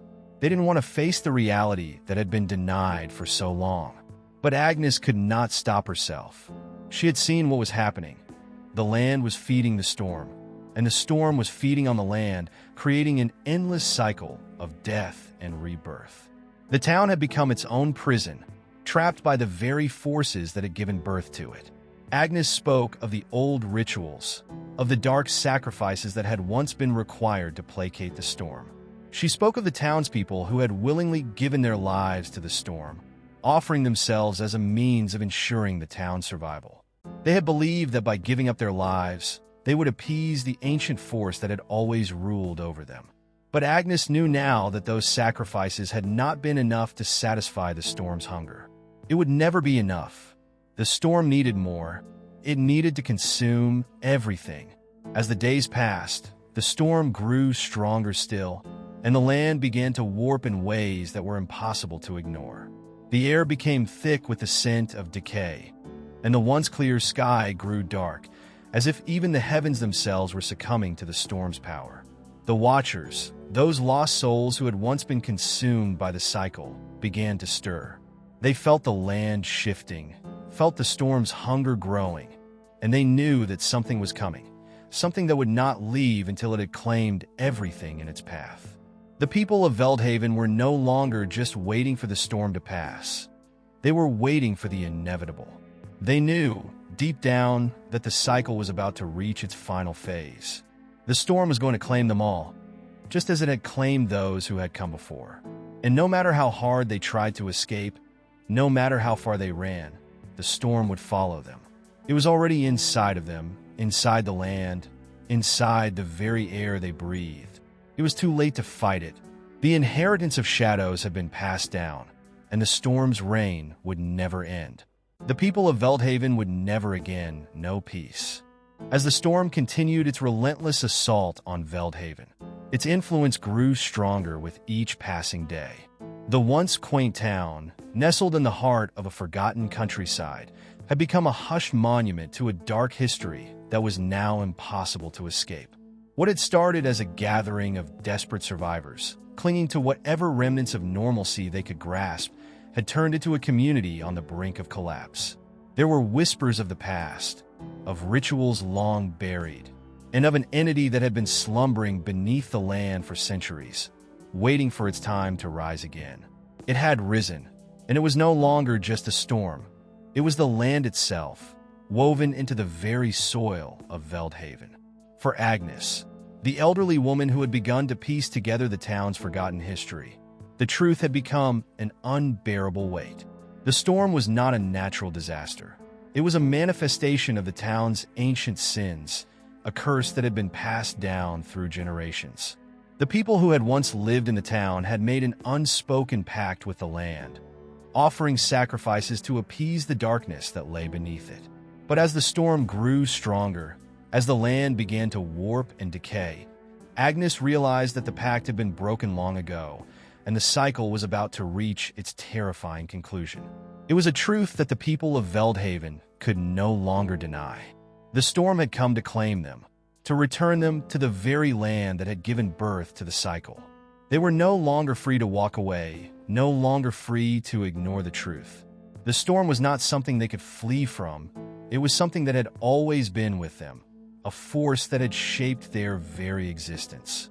The land had been feeding it, and now it was time for the storm to feed on them. But even as the people of Veldhaven came to terms with this grim reality, there were still those who refused to face the truth. They hid in their homes, locked away from the world, hoping that if they remained quiet enough, the storm might pass them by.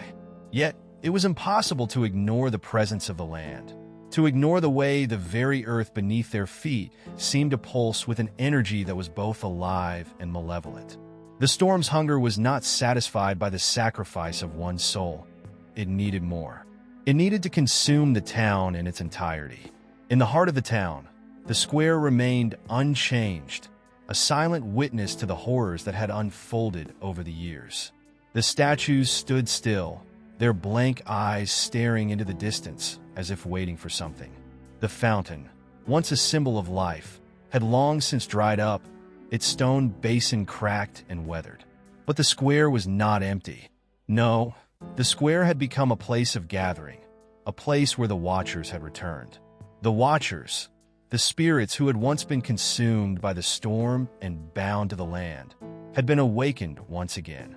They were the remnants of those who had given themselves to the cycle, their bodies lost to the storm's insatiable hunger. They could no longer remember who they had been in life. Names, faces, and even memories had been stripped away, leaving only the empty shells of those who had once been. They were now part of the storm itself, bound to it by the ancient power that had always been a part of Veldhaven. But as the Watchers returned to the square, something had changed. They were no longer content to simply observe.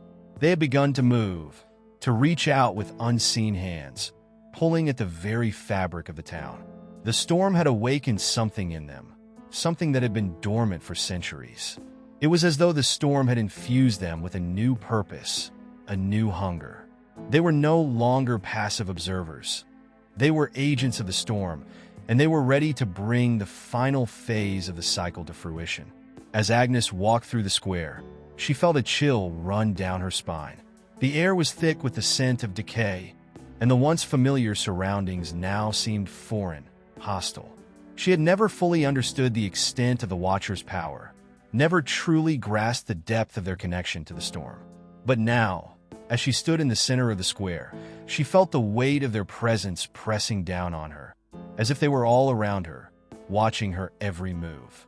The ground beneath her feet seemed to tremble, and the statues, which had once stood silent and unmoving, began to shift. Their eyes, once cold and lifeless, now seemed to glimmer with a faint, unnatural light. Agnes could feel their gaze upon her, and it filled her with a sense of dread that she could not shake. The Watchers were no longer just figures in the background. They were here, in the square, and they were waiting for something. Waiting for her, perhaps. Agnes had heard the stories, of course, the old tales that her grandmother had passed down. She had never believed them, not truly. But now, as she stood there, the truth was undeniable.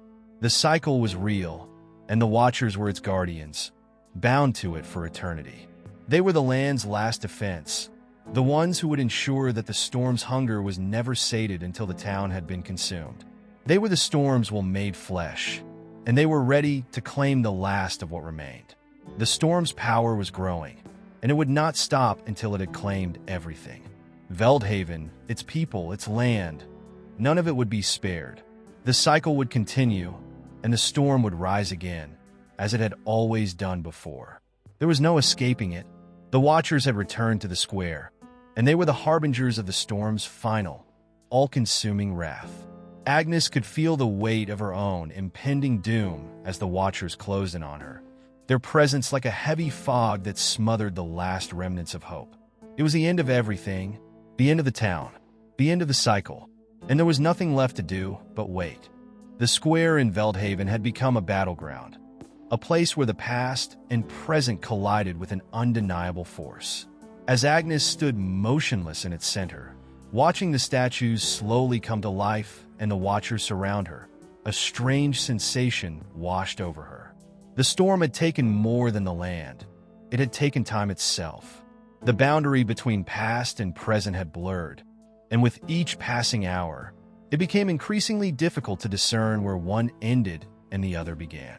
The town of Veldhaven was not just crumbling physically, it was losing its very essence, eroding into something undefined, something timeless. Agnes could feel the weight of the storm's presence, not just in the air around her, but in the way the world seemed to stretch and contract. The horizon was a strange shade of gray, neither night nor day, as though the sun had forgotten how to rise or set. The wind no longer howled with the fierce desperation of a storm. It whispered like an ancient voice, telling forgotten stories of those who had come before. It carried with it the echoes of centuries, the voices of the dead who had once walked these streets. Agnes realized that this was no longer merely a storm. It was a rupture in the fabric of reality itself. The Watchers moved like shadows, their forms flickering and shifting as if caught between two worlds. Their eyes, hollow yet filled with an unspoken knowledge, fixed on Agnes as though they could see into her very soul. They had been here before. They had always been here. Their existence was not bound by the normal rules of time. They were remnants of a cycle that had spun on for centuries, an endless loop that had bound the land to an insatiable hunger. And now, it was not just the land that would be consumed, it was time itself. Agnes, for all her knowledge and understanding of the town's history, felt an overwhelming sense of helplessness. She had been driven by the need to stop the storm, to break the cycle that had claimed so many before her. But now, standing in the center of the square, she understood the truth. The storm had always been a part of Veldhaven, an entity that was not merely tied to the land but to the very essence of existence itself. The town had been built upon an unbreakable foundation, and the cycle it fed was as old as the earth beneath it. Time had no meaning here. It was a prison built of shifting memories and forgotten promises. Her mind raced, struggling to find a way out. Perhaps there was something she had missed in the old stories, some piece of forgotten knowledge that could stop the storm. But the longer she stood in the square, the more she realized that there was no escaping this fate. The storm had eroded more than just the town's physical boundaries. It had eroded the very concept of escape. There was no future to run to, no past to return to. The storm had devoured both, leaving only an infinite present, where the town and its people were bound forever to the cycle. As Agnes turned to look around the square, she saw that the other townspeople had gathered, drawn by some unseen force. They were not running or fighting. They were standing in place, as though they, too, had succumbed to the realization that there was no escape. Their eyes were vacant, as though they had already accepted their fate. The storm had broken them. It had torn apart their sense of self, their sense of time, leaving them adrift in an eternal now. Some of them were whispering, not to each other, but to the storm itself. Agnes couldn't make out their words, but she could feel the despair in their voices. They were no longer asking for mercy. They were acknowledging that mercy had never existed. Among the crowd, there was one face that stood out to Agnes. It was Luke, the same Luke who had first found the storm's truth in the bloodstains of the town, the one who had unwittingly become its first sacrifice. His eyes were wide and unfocused, his once proud posture now sagging as though weighed down by a burden too heavy to carry. Agnes felt a pang of sorrow for him, but was quickly replaced by a deeper understanding. Luke, like the others, was not just a victim. He was a part of the storm, a piece of the cycle that had been passed down from one generation to the next. He had been chosen, just as they all had, to feed the storm's endless hunger. The watchers stood silent, waiting as the storm swirled around them. They had no need to speak, for their very presence was a message. The cycle was near its end, and the land would soon be reclaimed. The time for resistance was over. The town of Veldhaven had been reduced to a memory, a shadow of itself, fading slowly into oblivion. The people were no longer people. They were remnants, trapped in a loop that would never end.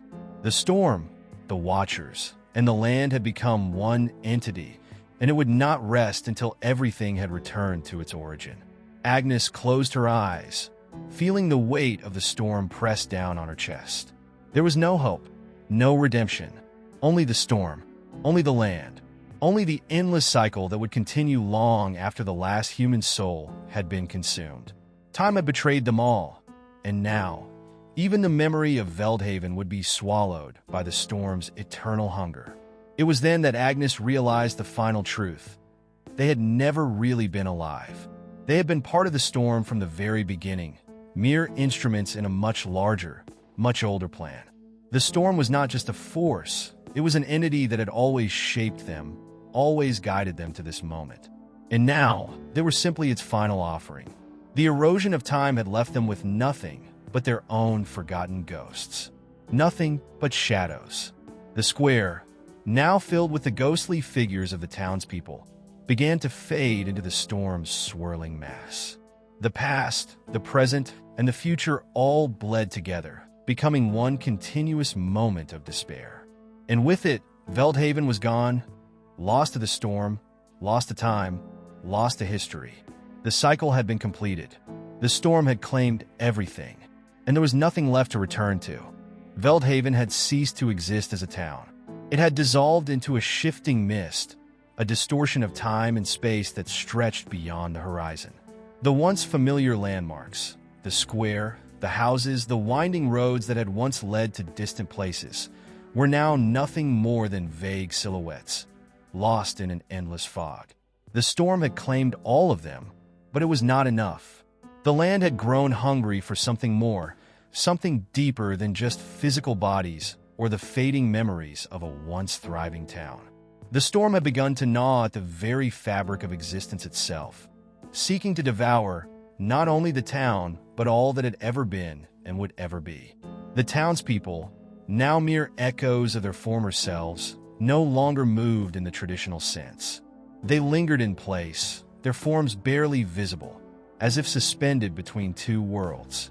They were trapped, caught in the erosion of time, no longer fully present in their bodies. Their consciousness had fractured, scattered like the remnants of an old dream. They could no longer speak or act. They could only feel, and even that was fading. The storm had turned their minds into a vast emptiness, a void where nothing remained except the gnawing hunger for something that could never be satisfied.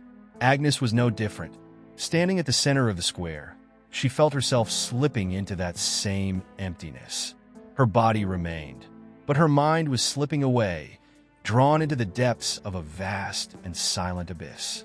The Watchers were everywhere, their forms indistinct, no longer bound by their human origins. They were not merely souls lost to the storm. They had become something else entirely. They had merged with the storm, become part of its vast, churning mass, their once individual consciousnesses lost to the greater force. They were the storm now, and the storm was them. Time itself had become unhinged. The past, present, and future no longer held any meaning. There was no future to look forward to, no past to mourn. There was only the endless now, an expanse of time that stretched in every direction, growing colder and more indifferent as it expanded. Agnes could no longer remember what had happened before the storm had arrived in Veldhaven. She could no longer recall the faces of the people she had once known. The only thing that remained was the storm itself, an all-encompassing entity that seemed to grow more powerful with every passing second. In the distance, beyond the fog, Agnes could hear something. It was not a sound in the traditional sense. There was no noise, no physical vibration. But the absence of sound was almost louder than anything she had ever heard. It was as if the very space around her had become a vacuum, a place where no thoughts or actions could exist. The absence pressed down on her, suffocating her, making her feel as though she were being drawn into the very earth beneath her feet. Her legs buckled beneath her, and she collapsed onto the cracked stone of the square. The town had been a vibrant, if isolated, place once. It had been a place where people lived and worked, a place with history, with stories. But now all that was gone. It had all faded into the storm's relentless pull. There were no answers left, no explanations. The land had been erased, as had the people. They were no longer individual beings. They were nothing more than the storm's aftermath. Agnes' mind swirled with images, flashes of memories she could no longer place. Faces that seemed familiar, yet distant. Fragments of conversations that had once meant something, but now only served to amplify her sense of loss. The past had slipped through her fingers like water, leaving only an empty shell behind. Even the stories she had uncovered, the truths she had fought to understand, were no longer relevant. They were part of the world that had been lost, nothing more than footnotes in a story that had reached its end. But even in this void, there was a faint stirring within her, a recognition that perhaps the storm was not the final chapter. Perhaps there was something beyond the void, something that had not been consumed by the storm, something that still had the potential to rise again. Agnes' mind reached toward this feeling, grasping at it with the last remnants of her consciousness. There was a memory, somewhere deep within her, of a time before the storm, a time when the land had been whole. Could there still be something to fight for? Or had the land truly been claimed, leaving only the void behind? For a brief moment, she felt the faintest flicker of something. It was like a spark in the darkness, a reminder of something that had once been. It was faint, almost imperceptible, but it was there. The storm had not yet consumed everything. There was something beyond this place, beyond the storm's grasp, something that had been left untouched by its hunger. It was not a place, it was a feeling, a hope that had not yet been extinguished. As Agnes focused on this flicker, she realized that the storm had not claimed everything. The land, the people, and even time itself were parts of the cycle, but they were not the end of the story. The storm, in its insatiable hunger, had been a force of destruction, but perhaps it was also a force of transformation. The void it had created was not just a place of emptiness. It was a place where something new could begin, something that had not been bound by the rules of time or the laws of the land. Agnes' final realization was that, even in the deepest void, there could be rebirth.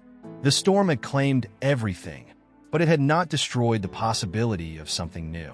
The cycle would continue, but it would not continue as it had before. Something had been left behind, something that had not been consumed by the hunger of the storm. And perhaps, just perhaps, that something would rise again. The storm had torn through Veldhaven with an insatiable fury, and yet, as the town slipped deeper into its grasp, something unexpected began to stir. Agnes, who had once believed she was nothing more than a spectator in this unraveling cycle, felt a quiet force rising within her.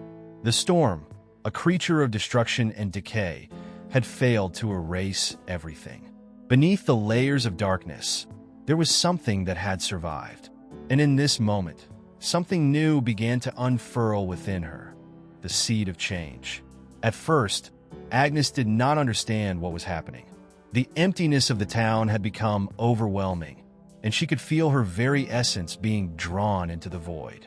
She had watched as the townspeople, their spirits fragmented and scattered, had faded from memory, their faces now only fleeting impressions in her mind. Time had become irrelevant, a meaningless construct that could not contain the enormity of what was taking place. Yet, amid the silence, there was a flicker of life, faint but persistent. It was not the violent energy of the storm, but something more subtle, more delicate. As the minutes stretched into what felt like hours, Agnes became aware that she was not alone. The watchers, those silent, ever-present figures, had been standing still, observing, but now they too seemed to shift. There was no visible movement, no physical change, but the energy surrounding them had shifted.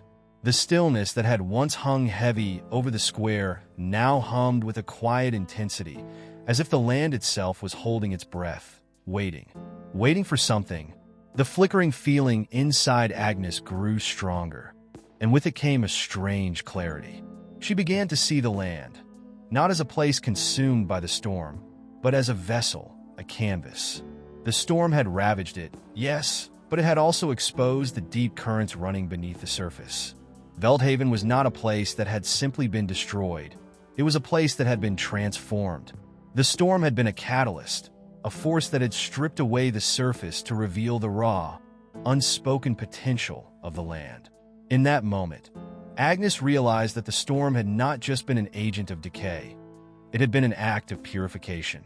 The land, the people, the memories, they had all been worn down by time, twisted and molded by forces beyond their control. But now, stripped of their former selves, there was an opportunity for rebirth. The cycle that had seemed so inescapable had not only destroyed, it had cleared the way for something new to grow. The quiet force rising within her was the first sign of that new beginning. But rebirth did not come easily. As Agnes looked around at the empty square, the faded shapes of the townspeople, she felt the weight of their collective loss. The Watchers had not been cruel. They had simply existed, caught in the same cycle that had trapped the rest of them. And yet, in their silence, there was a recognition, a shared understanding of what had been lost and what might still be reclaimed. The Watchers, too, were waiting, not for an end, but for a beginning. They were the remnants of what had been, but now they stood as witnesses to what was yet to come. The air around Agnes seemed to shimmer with the possibilities of change. The ground beneath her feet, cracked and worn by the storm's fury, felt strangely alive, as though it were breathing. The land was not dead. It was simply waiting for the seed of change to take root, to awaken once more. The storm had shown them that life was not a linear progression, but a cycle of destruction and renewal. The land, the people, and the very fabric of time itself could be reshaped, reborn, but only if they were willing to embrace that possibility. Agnes closed her eyes, allowing the stillness to fill her. She could feel the storm's presence all around her, its power pulsing like a heartbeat, but now it seemed distant, its grip loosening. The cycle had not yet run its course, but it was no longer an insurmountable force. There was something more powerful now, the potential for transformation. The town of Veldhaven had not been erased. It had been changed, and with that change came the opportunity to rebuild, to reclaim the past and transform it into something new. In the distance, beyond the edge of the square, Agnes saw something shift. It was not a physical object, but a change in the atmosphere itself, a movement in the air, as though the land was responding to her thoughts. The Watchers turned their gaze toward her, their eyes now filled not with emptiness, but with an ancient understanding. They too had felt it, the stirring of something new. It was not a return to what had been, but a quiet, powerful emergence of what could be. For the first time in what felt like eternity, the storm's roar seemed to quiet. replaced by a soft, almost imperceptible hum. The land, the Watchers, and Agnes herself were no longer at the mercy of the cycle. They had broken free from the hunger of the storm, if only for a moment. It was a fragile moment, a sliver of time where the forces of destruction could no longer hold sway. The land was ready to be reshaped, but it would require patience, care, and understanding. Agnes took a deep breath, feeling the shift within her. The void had not claimed her entirely. It had only cleared the way for something new to take its place. The storm, the Watchers, and the town were all part of a larger story, one that had been written in the past but could be rewritten now. The quiet return of life had begun, and with it, the chance to rebuild. Not just Veldhaven, but time itself. As the quiet hum of transformation settled over the land, Agnes found herself standing on the threshold of something unspoken, something ancient. The storm, which had once seemed an overwhelming force of nature, had become less a predator and more a harbinger of change. The void that had threatened to swallow all existence now felt like a passage, one that, instead of annihilating, had opened a door to a new reality. Yet, the passage itself was not without its cost. The question remained: what would emerge from the storm's aftermath? In the days that followed the storm's last breath, the town seemed to reclaim its pulse, though in ways that defied logic. The square, once cracked and battered, began to grow anew. What had been ruined was not restored in the traditional sense. It was reshaped, altered, as though the land itself had learned from its destruction. The stone paths were not simply mended. They were transfigured, the edges smoother, the surfaces imbued with a faint glow. The air, thick with the remnants of the storm, now felt fresh, imbued with a sense of purpose. Agnes was unsure of the source of this renewal, but she felt it within her, an unmistakable pull towards something she could not yet define. The Watchers, too, seemed to be drawn to this new energy. Where once they had been passive observers of the storm's devastation, now they appeared to be engaged in something else. They stood not as empty figures caught in a timeless stasis, but as participants in the shaping of this new world. The silence that had once consumed them had been replaced by an almost palpable awareness, a shared understanding of the power they now held. But what exactly had they been waiting for? What was it that could now be forged from the ruins of the past? Agnes felt as though she were on the edge of remembering something essential, something that had been lost in the years before the storm. There was a flicker in her mind, a vague image of faces, of voices, of events she could not fully recall. It was as though the land itself was holding its breath, waiting for her to unlock these memories. Memories that, in some way, held the key to the next step in the cycle. She walked through the square, her steps careful but resolute, as if drawn by a force beyond her understanding. The buildings, though weathered, no longer seemed to decay.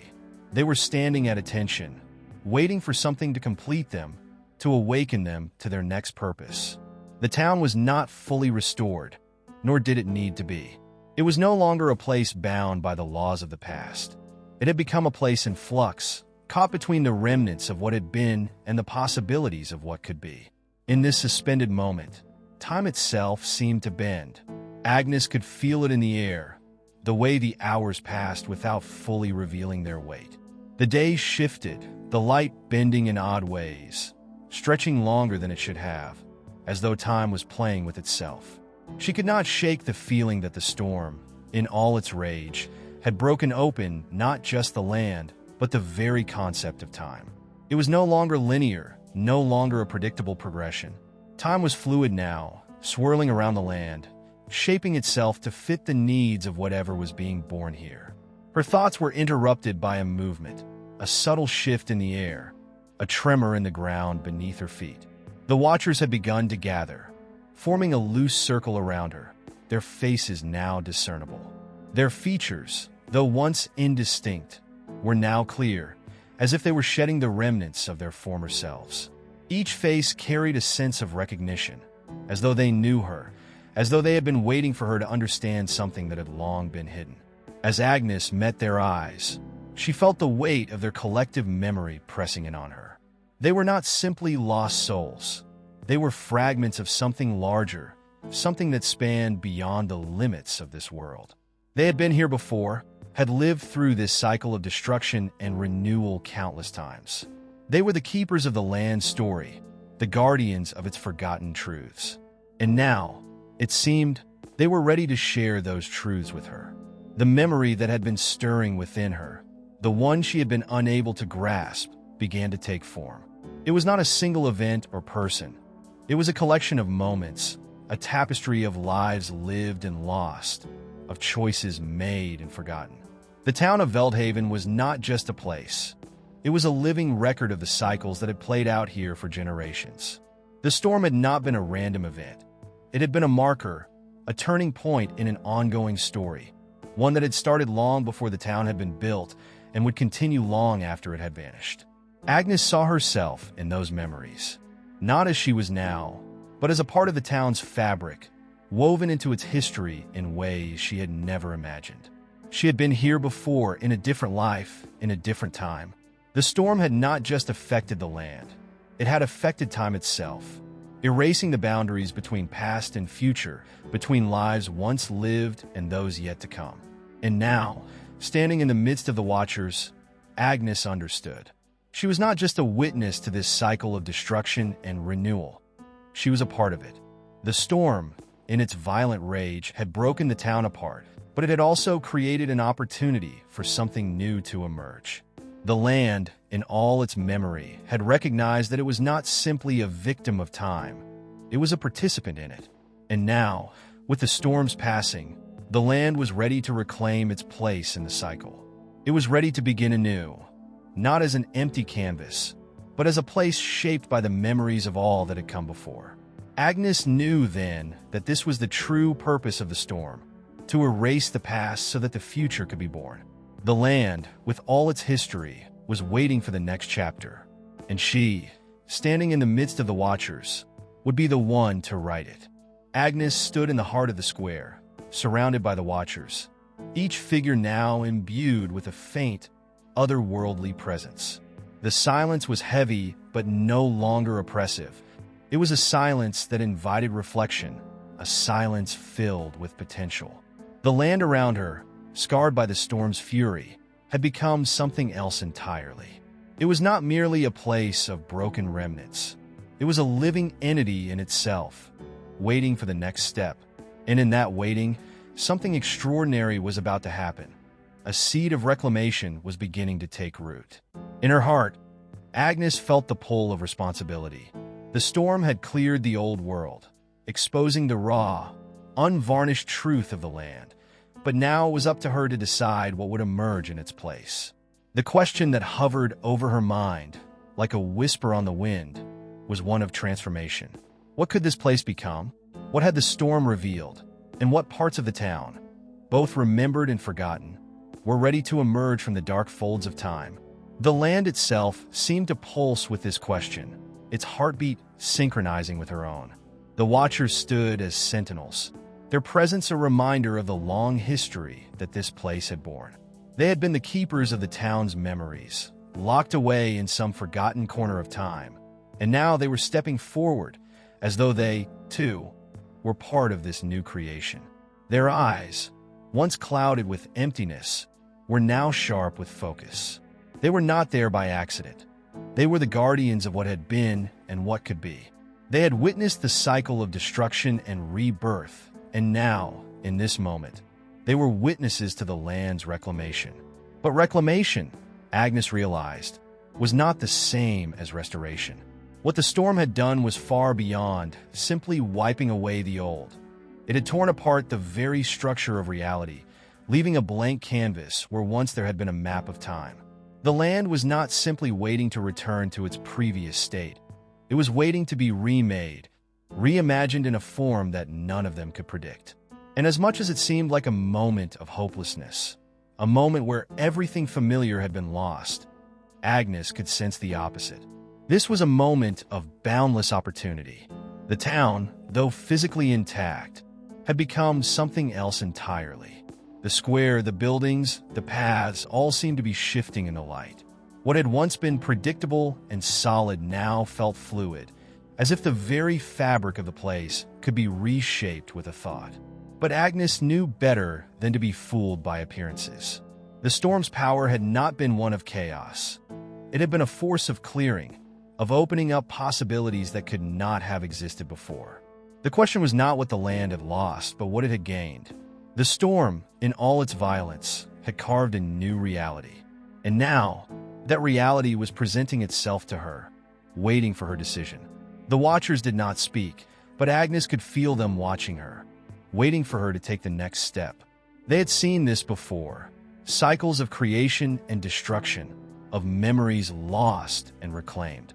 They had waited in silence for centuries, perhaps for someone to take up the mantle, to guide the land through its next phase of transformation. Now it was her turn, but there was a deeper truth at play, something she could not yet fully comprehend. This place, Veldhaven, had never been just a town.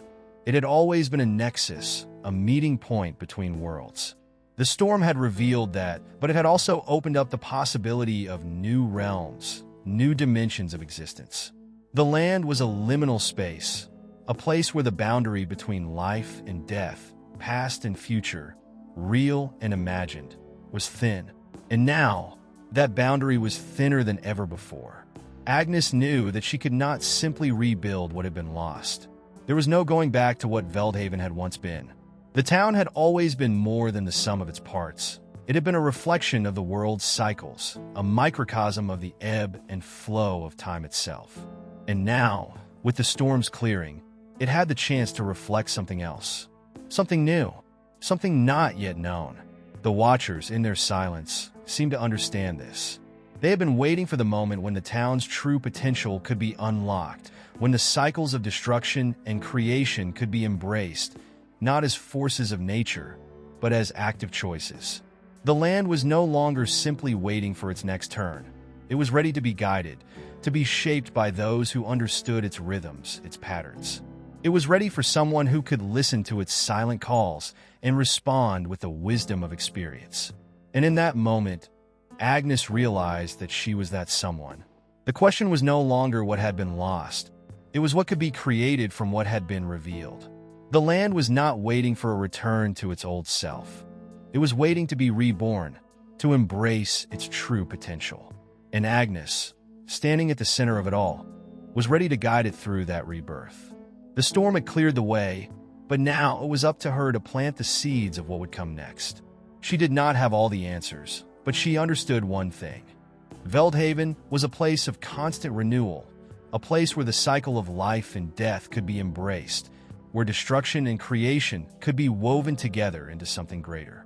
As she stood in the square, feeling the pulse of the land beneath her feet, Agnes made a silent vow. She would not let this moment pass without action. The storm had cleared the path, but now it was time to step into the future, to sow the seeds of reclamation. The land was ready for transformation, and she too was ready to help it grow. As the sun began to sink below the horizon, casting long, stretched shadows across the square, Agnes stood at the edge of the land she had come to know intimately. The town of Veldhaven had changed, not only in its physical appearance, but in its very essence. What had once been a place of forgotten memories and static, weary traditions had transformed into something unrecognizable, an open field, fertile for new beginnings, but still haunted by the ghosts of what had come before. In the silence of the square, the presence of the watchers seemed more tangible than ever before. Though they no longer stood as rigid, immovable figures, they still lingered, like invisible sentinels watching from the periphery of her mind. Their faces, once hollow with emptiness, now flickered with a dim glow, as though they were drawn toward her, aware that the final step was imminent.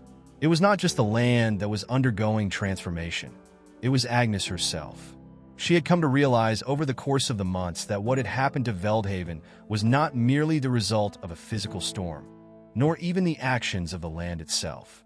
The storm had been a catalyst, yes, but it had been one part of a far larger process, one that tied the fates of every inhabitant of the town, every visitor who had passed through its gates, to something far beyond their comprehension. It had been as if the land had chosen to open itself, to expose its deepest recesses, its truest nature, only to realize, perhaps too late, that nothing could remain the same afterward.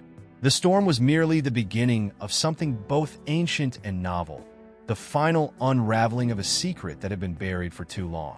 As she reflected on the town's history, a pattern emerged, one she could not ignore. Veldhaven, in its various forms, had always been a place of rebirth and destruction, constantly cycling between moments of great growth and moments of deep decay. But now the cycle had shifted. It was as though the land, having been exposed and laid bare, no longer knew how to continue its existence in the same way. The destructive force that had once been harnessed for renewal had no longer a clear purpose. In the absence of defined order, the town began to fracture further, metaphorically, and then literally. The ground trembled slightly beneath her feet as Agnes considered this realization. The force of nature, the cycle of destruction and rebirth, had not ended. It had merely evolved into something more unstable. The land itself, freed from its old constraints, began to fragment in unexpected ways. Parts of the square, the very heart of the town, began to crack open, as if the earth was searching for its next phase of existence. It was no longer simply a town, a place to dwell. It had become something more, a symbol, a riddle, a threshold. Agnes could feel the Watchers' presence intensify. They had once been keepers of memories, but now they were witnesses to the land's collapse, as though they had known all along that the very nature of the land would demand an ending of its own design. For all their patience, for all the time they had spent observing, they had never intervened, not until now. It was as though they had waited for the moment when the unraveling would reveal its final purpose. The square was no longer recognizable, shifting with each moment. Old buildings, once sturdy and proud, now seemed to pulse with an alien energy, warping and twisting as if caught between two worlds. The boundary between life and death, past and future, was so thin now that it almost felt as if reality itself was about to dissolve. What had once been an orderly grid of streets, buildings, and pathways had become a labyrinth of possibilities, each turn leading to another unknown, another potential. The idea of home had become increasingly elusive. Agnes knew, with chilling clarity, that this unraveling was not a calamity, but a necessary conclusion to the story of Veldhaven. The town had always been a place of contradictions, never fully belonging to any one reality, and now, in the final throes of its existence, it was returning to the state from which it had always come, a nexus of possibility, a crossroad between worlds. The land could no longer sustain its past form, nor could it predict its future. The cycle had reached its conclusion, and in this moment of collapse, something new would emerge. Perhaps it was already emerging, taking shape in the cracks and crevices of the old. Standing in the shifting square, Agnes understood now that there would be no rebuilding. The storm had already undone the last remnants of the old order. Veldhaven was not a place to be restored, but to be released from its shackles. And she, as its unwilling architect, would bear witness to its final transformation. The people, if they still existed in some form, would not return to the town. They would perhaps find themselves in new realms altogether, scattered to the winds of fate. The Watchers, too, would disperse, their time in Veldhaven completed. Yet, despite the finality of it all, Agnes did not feel despair. There was something oddly serene about this understanding, as though she were witnessing the end of a story and the beginning of a new one that she could not yet comprehend. The unraveling was not an end but a passage, a necessary stage of becoming. It was clear that the town, the land, and even its memories were not truly gone. They had simply shifted, becoming part of something far more vast and unknowable than Agnes could grasp. As the night descended over Veldhaven, the square remained still, quiet, its destruction complete. Yet in that silence, something remarkable persisted. Perhaps it was the memory of the town, now carried away on the winds, or perhaps it was the land itself, finally free to evolve into something new. Whatever it was, it lingered in the cool night air, a promise of transformation, of rebirth. Not in the traditional sense, but in a sense beyond human understanding. And in that final moment, Agnes, with a single breath, knew that the unraveling was not just the town's story, but her own. Veldhaven was gone, yes, but its echoes would remain forever, etched in the memory of those who had lived there, in the very fabric of the land, and in the watchers who had never stopped observing. Agnes had helped them close one chapter, but the story, in some form, would go on.